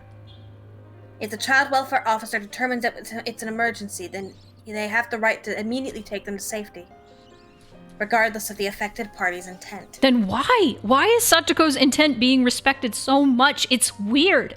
Why don't they put her into safety? Well, after looking into it from many angles, that's what the Okinomiya Child Consultation Center determined. What the hell is that? Sensei, didn't you say it was going to be alright, since you definitely save her? What's the meaning of this? This doesn't make any sense. Answer me, damn it. Keiichi, this is actually the third time someone has reported Satoko's child abuse. It happened twice in the past, too. Furure-san! Sensei tried to stop her, but Rika-chan went on speaking anyway. Twice before? I heard they decided to wait and see after reporting it the winter before last, but it happened before then, too? Satoko's father, who died, wasn't her real father. What? Rika-chan, that's what? I'm stunned at the sudden revelation. I had no idea what Rika-chan wanted to tell me, but it seemed really important, so I couldn't get a word in either. Satoko's mother remarried. She brought Satoko and Satoshi with her, so they weren't related by blood to their father. Satoshi was a good kid, one who listened politely to what adults told him. He was immediately welcomed by their new father and was loved, but Satoko was different. She was rebellious, she told lies, she played pranks. Her stepfather didn't like her at all. What do you mean? Even before she was given to their uncle and his wife, Satoko didn't have a very good relationship with her family. Of course, her stepfather didn't have any malicious intent at the start. At first, he must have worked hard to get his new daughter to accept him. But the young Satoko didn't make any effort at all towards the end. She was distant towards her stepfather and never opened her heart to him even a little. She just got on his nerves all the time, with seemingly forced lies and pranks. Her father's discipline and punishment must have been loving at first, but of course, but that too faded quickly. I don't know because I wasn't in Hinamizawa at that time, but I learned this on the phone yesterday. What story did you hear, Sensei? That Satoko-chan wanted to trick her parents, especially her stepfather, so she made up a false story and phoned the Child Consultation Center herself. The girl who cried wolf. She made up a story about hurting herself?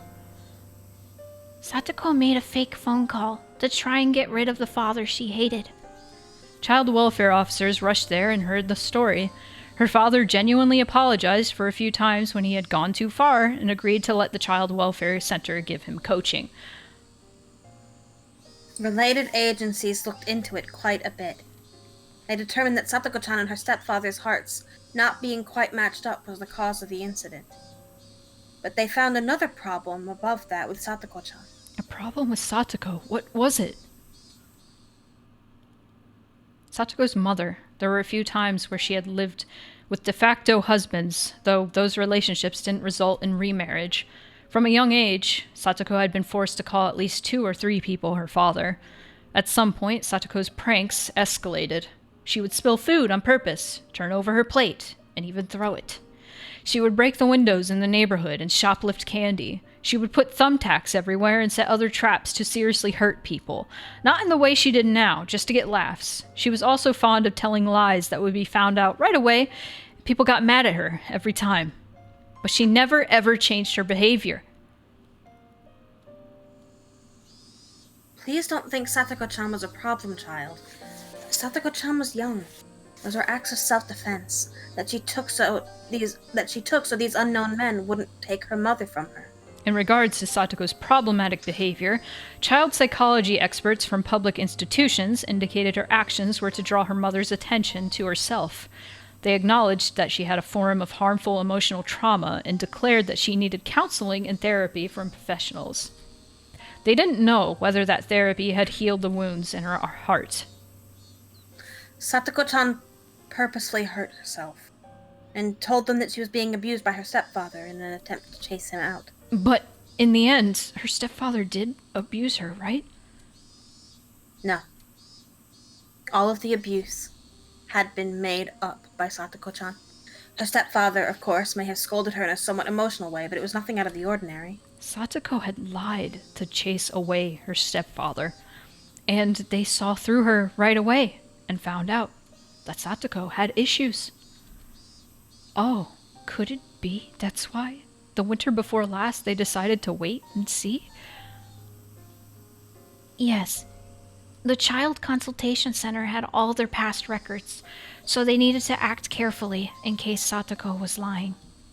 Oh boy. What the hell? So what? Satoko might be telling a lie, so they needed to be careful. So how does that mean they just end up waiting and seeing? It was the girl who cried wolf. That's what I said earlier, Rika. That fable about telling a lie once, making others unwilling to believe you later. That's bullshit. The past has nothing to do with this, does it?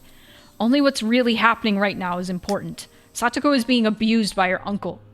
Why is something that happened in the past getting in the way of helping her now? Neither Sensei nor Rika-chan had anything to say to that. Anyway, yesterday, a probation officer visited to carefully determine what was going on. And Satoko dealt with them, put on the best, strongest smile she could manage, and denied the abuse. Of course, she was probably being threatened to keep quiet about it by her uncle. Satoko was trying to outlast everything without asking for help. Satoko wanted to wait for Satoshi to come back home. She outright denied the truth of the abuse. What an idiot. What? You're not really enduring it. Do you really think pretending like this will actually bring Satoshi back? Just stop it already. Satoshi, he abandoned you. And the fact that he hasn't shown up to save you now is proof, isn't it? So just stop it. Please stop being weird and pretending to endure it. Forget everything we just said. Understand? If you tell anyone else, your teacher will be very mad with you. Chihei-sensei gave me a warning, then left to go back to the teacher's lounge. Keiichi, please don't think Satoko is a pathetic, pitiful girl. She's living life. I know that. She's our irreplaceable friend. Satoko is still trying her best. Let's watch over her a little longer. The person from the consultation center said they'd visit periodically from now on. If something terrible happens, they'll help her right away. Yeah, but only after it happens. Any more than that would have sounded like I was picking a fight, so I firmly swallowed my next words and went back to the classroom. Mion and Rena were talking to Satoko like they always did. It was a silly conversation. A humorous, even fun one, like it was in any old day. If Satoko really said she could still endure it, then maybe I should do as Rika-chan said and watch over her. Maybe whatever help I offer will just go unwanted. Da-da. Da-da-da. Da-da-da. Sorry.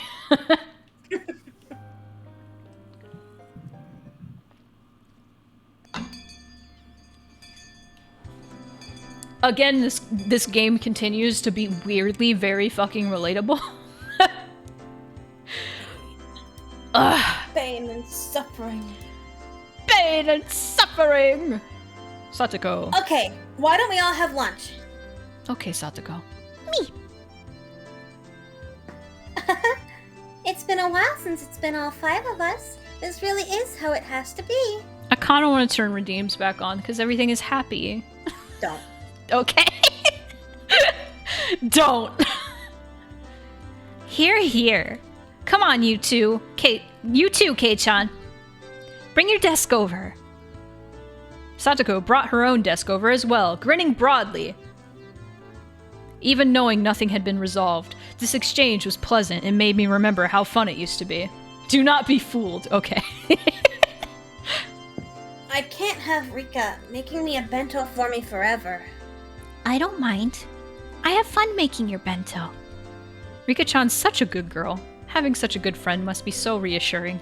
I put the big steak in mine, and the burned one in Satoko's. So if it was just Satoko, it would be so sad, so very sad, Nipa. Okay, can I just want the Nipa back.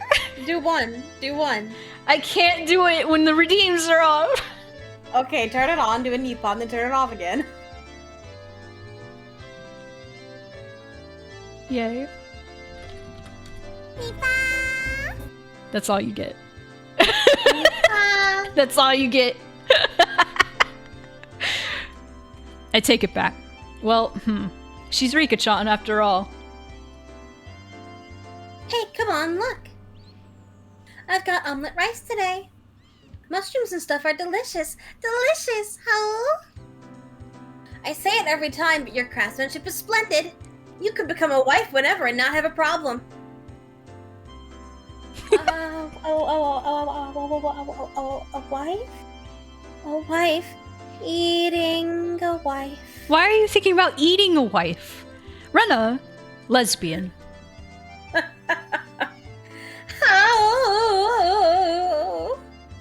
Using the word wife is totally forbidden around Rena. Please don't say it again. She wants to eat wives. I'll think about what I've done. A little. By the way, what's in your lunch, Mion? It looks different again today. We're all waiting in anticipation. It's a rich assortment of side dishes left over from what my uncle brought last night. The stew looks really great, huh? The color of the radishes, too. Really good, right?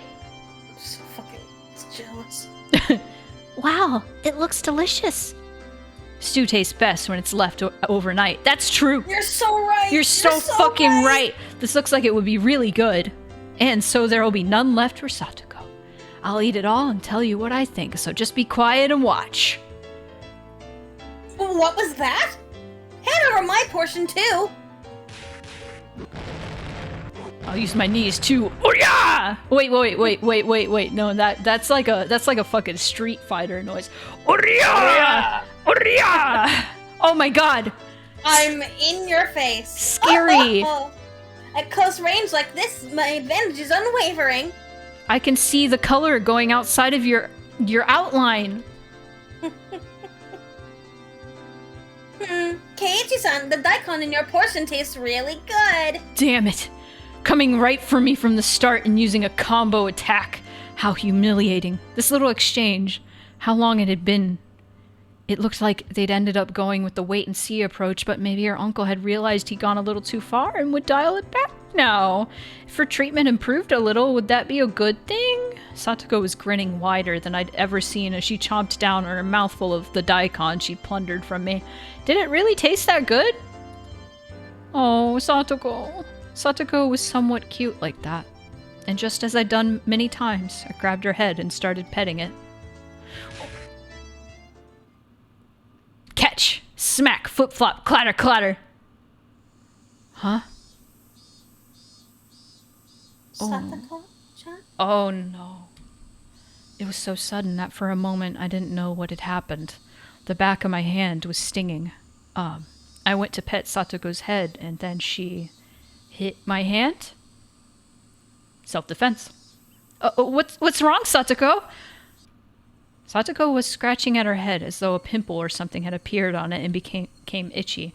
It was so sudden and so unprovoked that I didn't understand what happened. What's wrong, Satoko? At some point, her body had been covered in a thin layer of sweat and her breathing had turned ragged. When I pet her head... Did she not like it? Was that what it meant? Hey, did you dislike being pet? Once again, slowly, I held out the palm of my hand and brought it close to Satoko's head. The instant the palm of my hand touched her head, there was a shock, like static electricity, and Satoko began to howl. Jump scare. She grabbed my arm in both hands, and as if flinging off a snake trying to cling to her, as if trying to throw away something dirty, she threw it violently. Sorry for peeking everyone's mic. Oh, it's fine. It happened too suddenly for me to react. I hit the desk behind me, and both it and I fell to the floor. The classroom fell deathly silent. As Satoko bellowed, it sounded like she was in the throes of death, and she unsteadily backed away. Then she threw up the food she'd just eaten. God, that was a beautiful performance. That sounded visceral. She vomited it all back up. The sound of Satoko's vomit hitting the floor rang through the classroom. Are you okay, Satoko? You seem sick.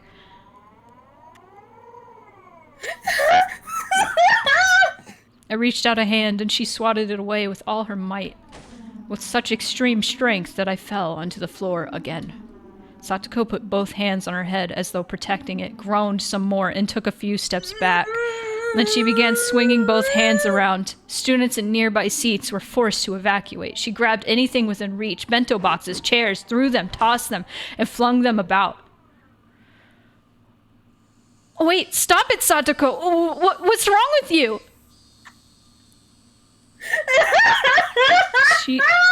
She screamed out as if Mion's words had caused her physical pain. No one spoke a word to her.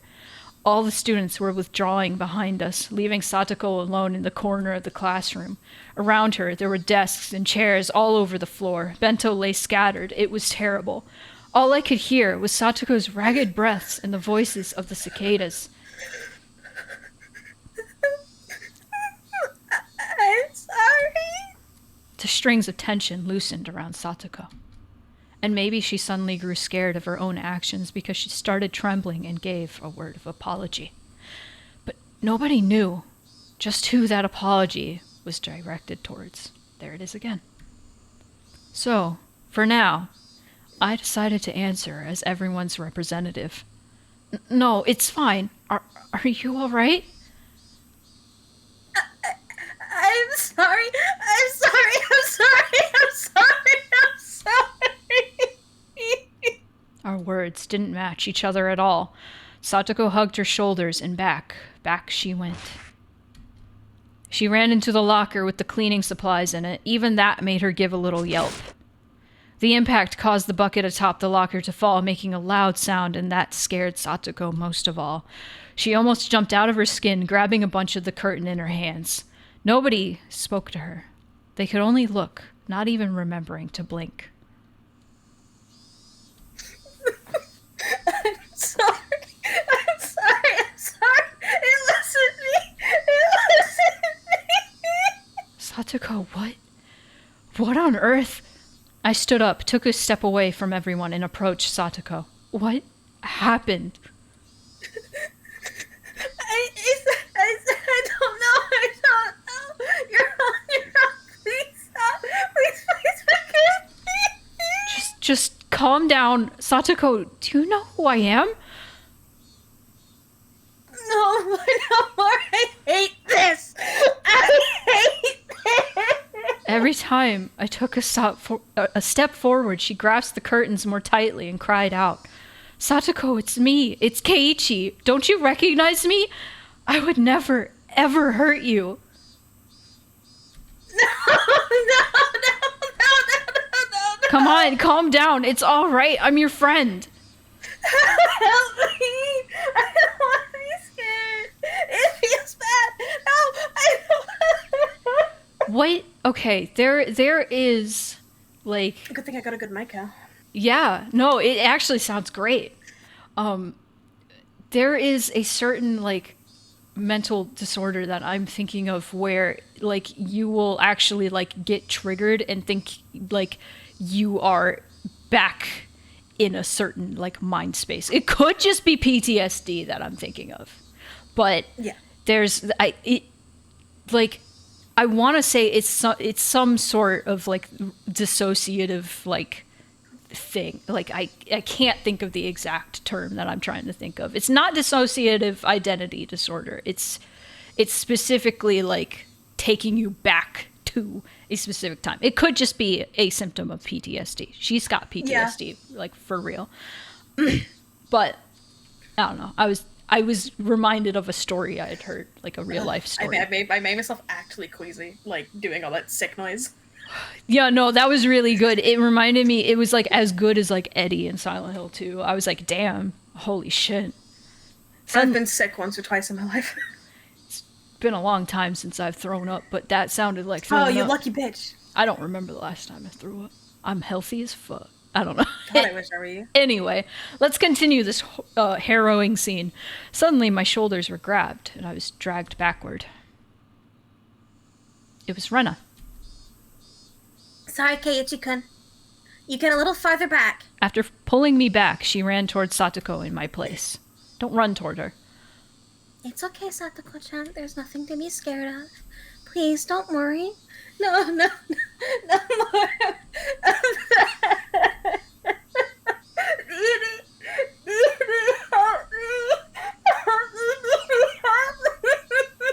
As she gripped the curtains and kept calling for Nini, she continued to wail about being forgiven for something and to be saved from something. What is this? Mion gnashed her teeth and groaned, and there were tears falling from her firmly closed eyes. What the hell? What is this? Didn't this all come to an end yesterday? Weren't we supposed to go back to our old lives? Mion! There was a crazy sound. Rena had taken the cleaning supply locker and kicked it down to the ground. Everyone stood surprised at Rena's unexpected act of brutality. After that, Rena embraced the bawling Satoko from behind and started crying with her, stifled. Rena, what's wrong? Sorry. Keiichi-kun, quiet for a minute. What is it now? What happened? What did Satoko tell you? What did you hear? Shut the hell up! I've told you to shut your mouth, asshole! Jesus. Rena's raw, hostile emotion hit me like a brick. It was no more than a momentary howl of emotion for Rena, but it was more than that for me. She had shown me what was behind all that emotion, what was in her heart.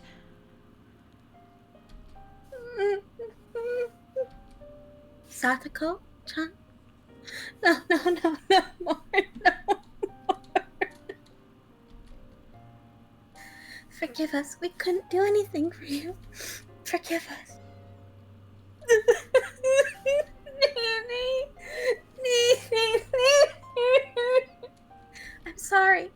I'm sorry. Forgive us for being unable to do anything. It's so hard to fake cry. You do pretty good. It is hard. It is very hard. Rena's words made me feel as though the blood vessels in the back of my head were suddenly all turning to ash. My vision grew distant, blurred with gray, and the world lost its color. Yeah, whoever translated this game is definitely British, because that's not how we spell gray here. I thought... It's E if you're in England, and it's A if you're in America. That's how you remember. Mm-hmm. I thought we could save Satoko, but though I knew it'd be the sooner the better, I thought there was no time limit for doing that. I never even dreamed that we could be too late. I'd been making a huge mistake. I thought Satoko could be hurt, but never that she'd break. It was such a huge mistake. People, they break. Thinking that they don't is absolutely absurd. We need to save Satoko. We needed to save her before she broke. That fatal lapse in awareness had brought this on. Whose fault was it? That went without saying. Mine. No, ours. We all took on the duty of saving Satoko, but we were negligent to the point of laziness. In that sense, this was the inevitable result. Even if this didn't happen today and it happened tomorrow or the day after or next week, we would have just sat around doing nothing until that day. So this was the obvious result. I slumped down to my knees, just as Mion and Rika-chan had done, and I too closed my eyes tight and couldn't stop myself from sobbing. Oh, buddy. Oh, Chie. What is all this noise about? Wait, what's happened? The teacher came and her face screwed up at the terrible spectacle before her. The instant she realized the teacher was here, Satoko went through another complete change. She wiped her face with the curtains and, like nothing happened, smiled. Hojo-san? What on earth is going on here? I just got into a little squabble with Rena-san, is all. We went a little crazy over our lunches. Right. Sorry for laughing, but, like, the coughing was really good. It was on purpose. I thought you were coughing, like, legitimately. Okay, that's how good it was. Rena didn't nod in reply. But then, since Satoko wished it, she nodded without strength. The rest of the class couldn't keep up with her extreme changes. We all just stared in a daze. It was just a little horseplay. I scared everyone out of their wits. Satoko would probably sweep the whole thing under the rug. For what? Her heart is torn in pieces. So what? What else? You wanted your Nini to help, didn't you? But unfortunately for you, Satoshi doesn't ever intend on coming back. It's never that easy. He won't just conveniently show up and save you. So you don't have to wait for him anymore. You can cry, beg for help, and you can run away. Whoa! We can't do anything, Mion suddenly said. She spoke then, those few words that had tormented me countless times. Those words were a spell, and when I heard them, my whole body suddenly regained its calm. My emotions all slipped away like they'd never been there, like a wave departing. And then the world's color flipped inside out. What is this fucking music? My field of view expanded. My head grew remarkably cold, and I felt like my mind's volume had grown even wider than the classroom we were in. At the time, my soul was doubtlessly no longer in the small petty vessel of my head, but floating in the air a little bit above it. It was a mysterious feeling of release. I broke free of the cramped confines of my skull and stretched out my roots in all directions as far as I wanted to. It was a strange feeling, and one I'd never felt ever before. An odd sense of exhilaration. My sharpened senses caused me to transcend. My mind was sharper than a nice edge, and I immediately decided that spending the time to let myself be crushed with grief would be an absolute waste. I erased all the garbage information from my brain. I expelled the pointless emotions presenting obstacles to action. Mion, you curse it all you want. Curse our powerlessness as much as you want. Huh? If I could have taken back what had happened by crying about it, I'd have cried all day. But the fact was, this was how things had turned out. I couldn't take back what had happened. The top priority, then, would be to prevent the situation from worsening further and to sever the chains of misfortune. Until today, I'd been looking at things so narrow-mindedly I could scarcely believe it. To save Satoko, the only thing to do was to save Satoko. That's the only thing I thought about. I didn't allow myself to realize the most basic, direct, and certain way of removing the source of Satoko's unhappiness. No, actually, I realized it yesterday. But as for the means, I'd relied on some stupid curse from some dumb deity. I never considered carrying the task out myself. I would obliterate Satoko's uncle. There were plenty of ways to do it. This was a task that held infinite methods. Ironically, the method of saving Satoko required mostly money, but the method of killing that man pretty much took no money at all. I could kill him with the least amount of investment. The least amount of money suited him. It was only the weight of his life. I kept eliminating needless, worthless information from my head, replenishing it with only the knowledge I'd need to achieve my goal. I used every cell in my brain to think about how I'd kill him. The way I killed him didn't matter. I would allow any method, from whatever time in whatever country, as long as it ended in a quick, certain death. If I were to have an additional condition, it would be to not get caught. Removing him was an act designed to return the peaceful times we had with Satoko. If I was arrested in exchange for the removal, then we might as well have killed each other. With only him gone, we'd go back to our normal lives. That was my supreme objective, my ultimate goal. Kill him. Definitely. But definitely don't leave evidence either. Two alternatives at odds with one another. The condition of not leaving a trace back to me automatically narrowed the number of murder methods. No witnesses was an absolute must. Fortunately, given the right time in Hinamizawa, there would be nobody around. I mentally reconstructed the land around Satoko's house. The number of pedestrians different at different times, the movement algorithm of the neighbors. Would I lure him out or charge at him? What would my weapon be? When and where would I carry this out? Where? It needed to be somewhere. I wouldn't leave a trace. When? It needed to be as soon as possible for Satoko's safety without wasting even a millisecond. This is absurd. Completely absurd. When I thought about it this way, it struck me how easy the act of killing was. If I could leave evidence, if I was just going to kill him, anyone could easily turn into a murderer, but our reason prevented that. It told us doing so would get us arrested for sure. In the end, being arrested by the police was the final thing preventing people from committing homicide. Absurd! If you went all the way out into the very middle of the ocean, you wouldn't leave any trace at all. Anyone would drop those they hated into the depths if they knew that. It was all too easy to simply remove him.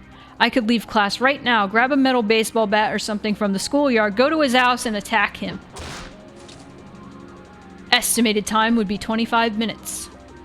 If I wanted us to kill each other, it wouldn't even be minutes. I could do it in 1,500 seconds. I knew just how much his continued existence depended on me. He was nothing. I could expel him from this world within just 1,500 seconds after making up my mind. From when I decided what to do, he only had 1,500 seconds.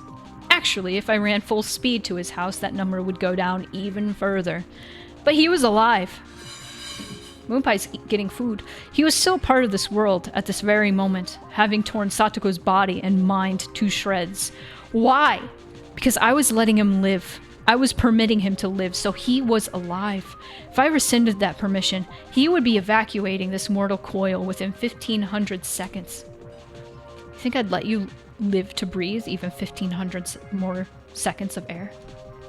I'm taking that permission back. Right here, right now. You'd better thank me for letting you live until today. However, I actually need more than 1,500 seconds. I'm not just gonna end you. Getting back our old lives is far more important. It's only you I'll be cleanly cutting out of this world. They won't find a culprit. I'll forget that I dirtied my hands on the likes of you as naturally as I brush my teeth before bed. So to do that, I'll make a special exception for you and give you more than 1,500 seconds. I'll give you special permission to keep on living as you have until I can construct the perfect plan for your murder. Wait, Keiichi, you can't let that time go to waste. Yeah, I know. I'll kill him quickly. I'll remove him with certainty. I won't even waste much time to perfect that plan. Think back, tomorrow is Watanagashi, isn't it? Last year on the night of Watanagashi, her aunt died. Her head was busted open by some deviant and her brains splattered everywhere. That's it. He's someone who deserves to be given death on the night of Watanagashi. Hey, Oyashiro-sama. You call yourself a guardian, but you didn't protect Satoko. Cursing Satoko's family for the damn stuff is your own business, but now you've made Satoko unhappy when she didn't have anything to do with it. I, Keiichi Maibara, hereby denounce you, the guardian deity of Hinamizawa, a failure. We don't need you. Go back to the deepest, darkest part of your shrine this year. Besides, if you had just cursed and killed both her aunt and her uncle last year, none of this would have ever happened. The curse this year? It's not on you. I'll be the one deciding. It won't be the three families controlling the serial deaths behind the scenes. No! Not some vague people who I can't tell if they're buffoons or not this time. I'll be the one to deliver divine judgment. So don't get in my way. Just watch. Stay quiet and watch. I'll obliterate him. I'll wipe him off the face of the earth. I will stomp out his very existence. Go away. Disappear and die. I'll tear your heart apart just like you did to Satoko. I'll have your blood as payment.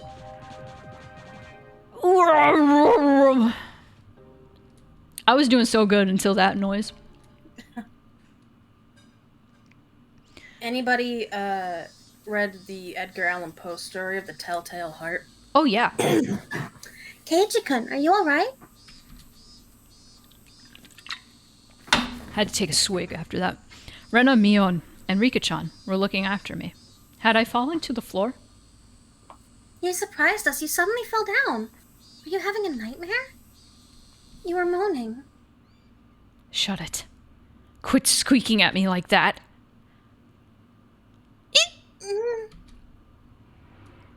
My friends gave a start and backed away. What? Rena and the others, they exchanged glances, unsure of what to say, and stood confused for a few moments. Was that your voice, Keiichi-kun? Of course it was! Rena gulped firmly and opened her mouth. For a second, Keiichi-kun, your eyes were really scary. My eyes? Probably just a trick of the light. Don't waste my time. I'm not mistaken. I've never seen those kinds of eyes before. What were these guys talking about? They've all been too scared of me lately. You are Keiichi Mayabara-kun, right? What was Rena saying? Who else do I look like except Keiichi Maibara? The look I gave her seemed to speak quite eloquently to those irritated thoughts. She understood and quickly apologized. I'm sorry. Don't worry about it. The only me is me. Are you sure the only you is you? I'm quoting PT, I'm sorry. It's so is Gazoot in the chat. PT was a good game. PT was fucking incredible, and it's not even a full game. Alright, do we have tips to read? Yep. Alright, let's Achievement unlocked. 1500 seconds. Reached an epiphany. Have we seen 1500 seconds come up before? Not to my memory. Okay.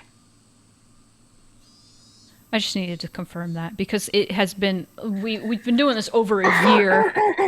Yeah. Are the tips Sorry about the throat clearing. That fucked me both up. important? Yes. Okay. Let me take a swig. I can read them too if you like. That may be good. Let me make a poll because I want to do a quick little bonus game poll. Yay. The bonus game is gonna be so fucked up today. Like, having endured all this, and then just, yay, we're playing a Pokemon or a funny... Well, that's the game, whole, whatever. like, purpose of the bonus game, admittedly. For sure. Is, like, when you go through some heavy stuff, it's nice to, like, unwind with a happy thing. That's how I've always gone about, like, consuming horror stuff. Is, like, if it is too heavy, I, like, play Katamari or something. It's healthy. You need aftercare. Need that aftercare, buddy. Emergency. Here, you can read. Alright. June 18th, 1983. Abuse issues regarding Satoko Hojo. Open parentheses, urgent, close parentheses. We propose that Satoko Hojo must be taken into immediate custody based on the items below. 1. Family situation. Life with adopted father, who recently returned to Hinamizawa, has already turned disastrous, and she is currently subject to unendurable physical and mental abuse from her father. 2. Child Consultation Center's response. A child probation officer was dispatched yesterday on the 17th from the Prefecture Welfare Office, but because of the 77 case, changed to continued coaching and cautionary action. Unfortunately, the consultation office head does not properly understand the situation. Good job on that poll, guys. Good job on that poll. 3. Status of concerned child. Child already appears to be suffering from an outbreak of something close to neurosis or manic depression. If her unstable pubescent mind is negatively stimulated by stress, it will put her development of a healthy body and mind at risk. This cannot be allowed to continue from a humane standpoint. 4. Allegations made to the family court. We propose, based on the above items, that Satoko Hojo should immediately be taken into protective custody. She should be secured temporarily under emergency allegations to the family court under Article 28. We request emergency coordination between all related agencies. Maybe I should do a longer poll. I'll do a longer poll. I only did it for a minute. If it ties again, I'll just end stream. I have to open commissions soon anyway. But I just like having a bonus game after heavy stuff. Not just for my sake, for chat's sake as well. Okay. I will give you guys 3 minutes. If it ties, I'll just be like, alright, I'll just head out. I also need to make food anyway, so. But Alright. if it doesn't tie and something wins, I will play that for just a little bit. Here you You go. want me to read this one too? I can read this one if you want. No, that's fine. Okay. I'm just very gunky after screaming. Yeah. Children with Special Needs, General D2-3, number 44. 1977. Child name, Satoko Hojo. Unmarked, years old. Residence, Hinamizawa Village, Shishibone.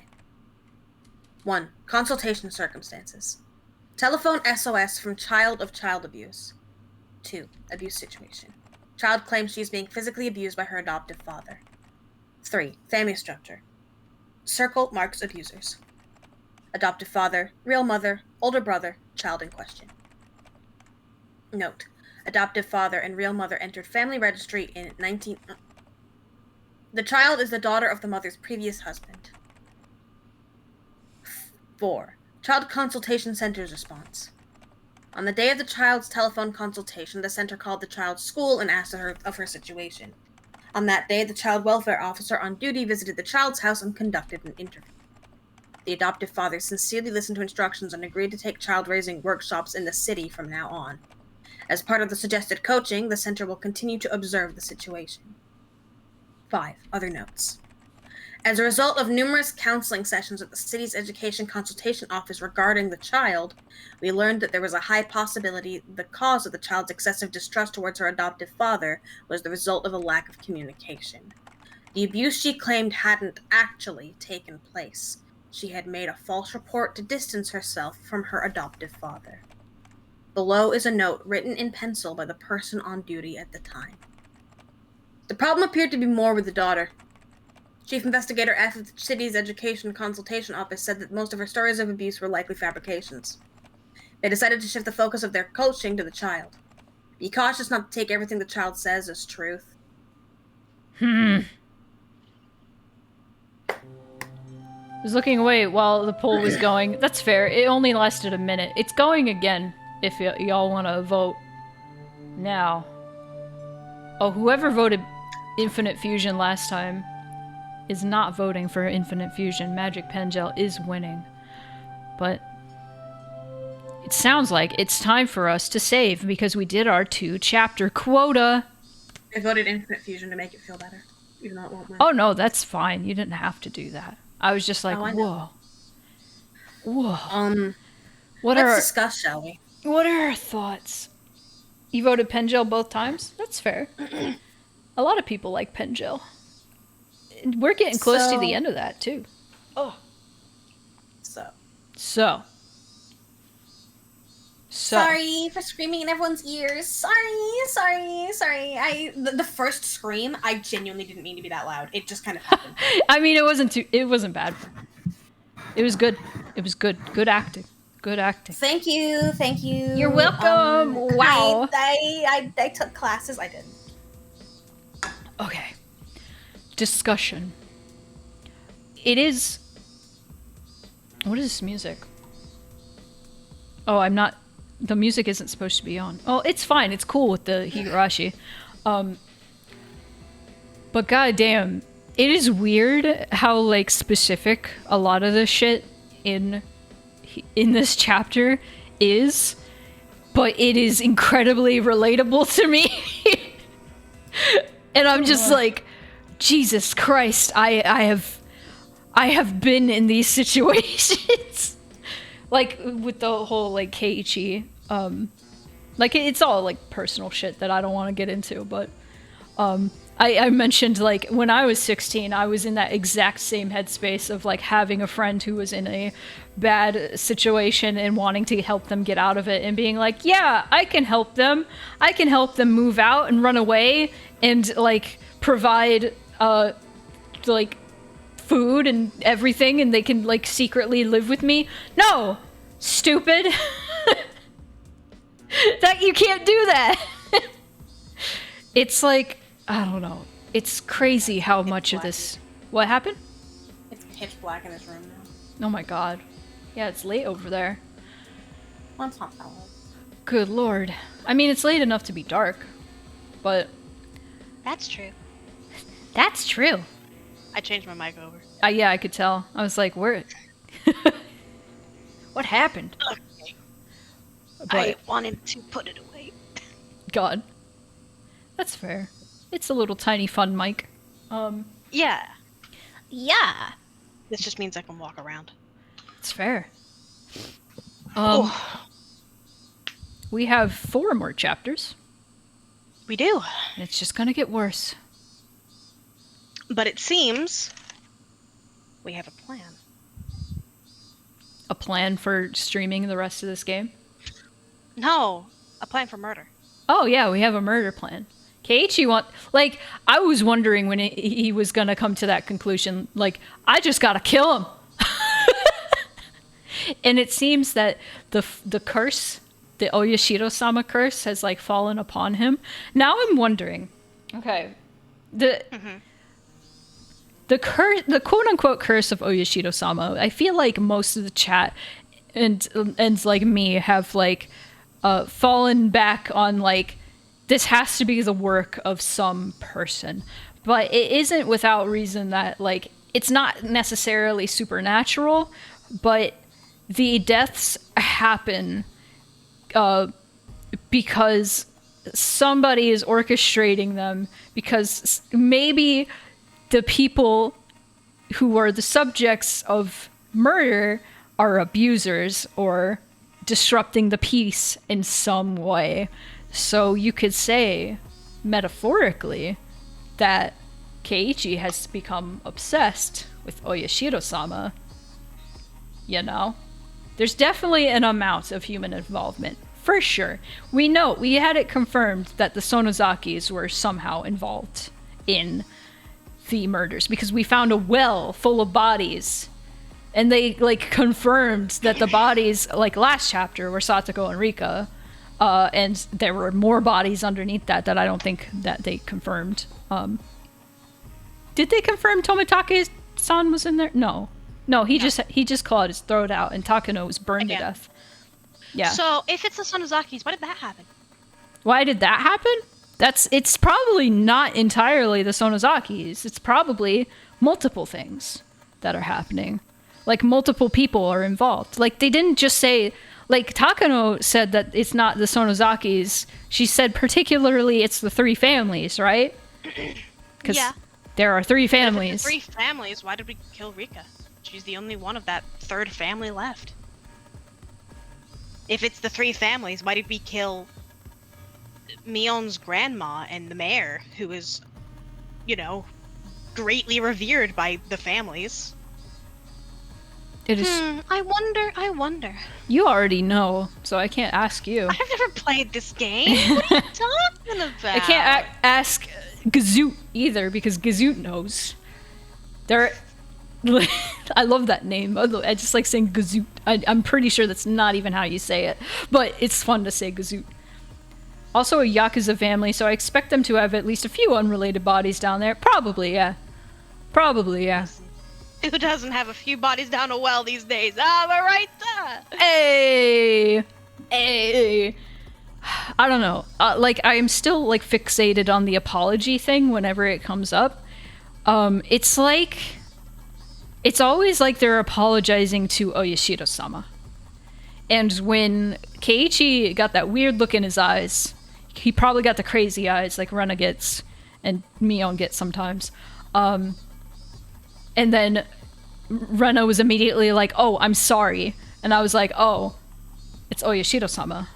That's what's happening right now. maybe there's got to be some supernatural involvement because we are having like the Groundhog Day effect with the summer being restarted over and over. There has to be some supernatural involvement. There's no way there isn't, unless everybody's getting their mind wiped somehow, and then it's just another summer happening the next year. I don't know. There's no way. There's no fucking way. Unless they're all in a simulation, and that's stupid. I would be mad about that. So, I hope it's not just a fucking simulation. It could be. Could be. I don't know. Anyway, I'm gonna play a tiny bit of Magic Pen Gel. I don't know if you're probably gonna head out, Cal. I'm gonna skedaddle. I have to make food in a bit. I have to rest my throat after screaming. Yeah, you know, I have to rest my throat too, but that's why I'm playing Magic Pen Gel, because I don't have to read anything. There's voice acting. There's voice acting. See ya, Cal. Thank you for... Thank you for having me here. Thank you for letting me scream at everyone. Yeah, thanks for screaming at my chat. You're welcome. Yay. I love screaming. Bye. Bye. Alright. Let's take a break. I need to pee. Let's take a break. And also, let me stop recording the VOD. If you're watching this on YouTube and you want to watch Magic Pen Gel, well, I don't save the VODs for those. You're gonna have to come live to the stream. Spoony.live. Do it. Do it. Let's go!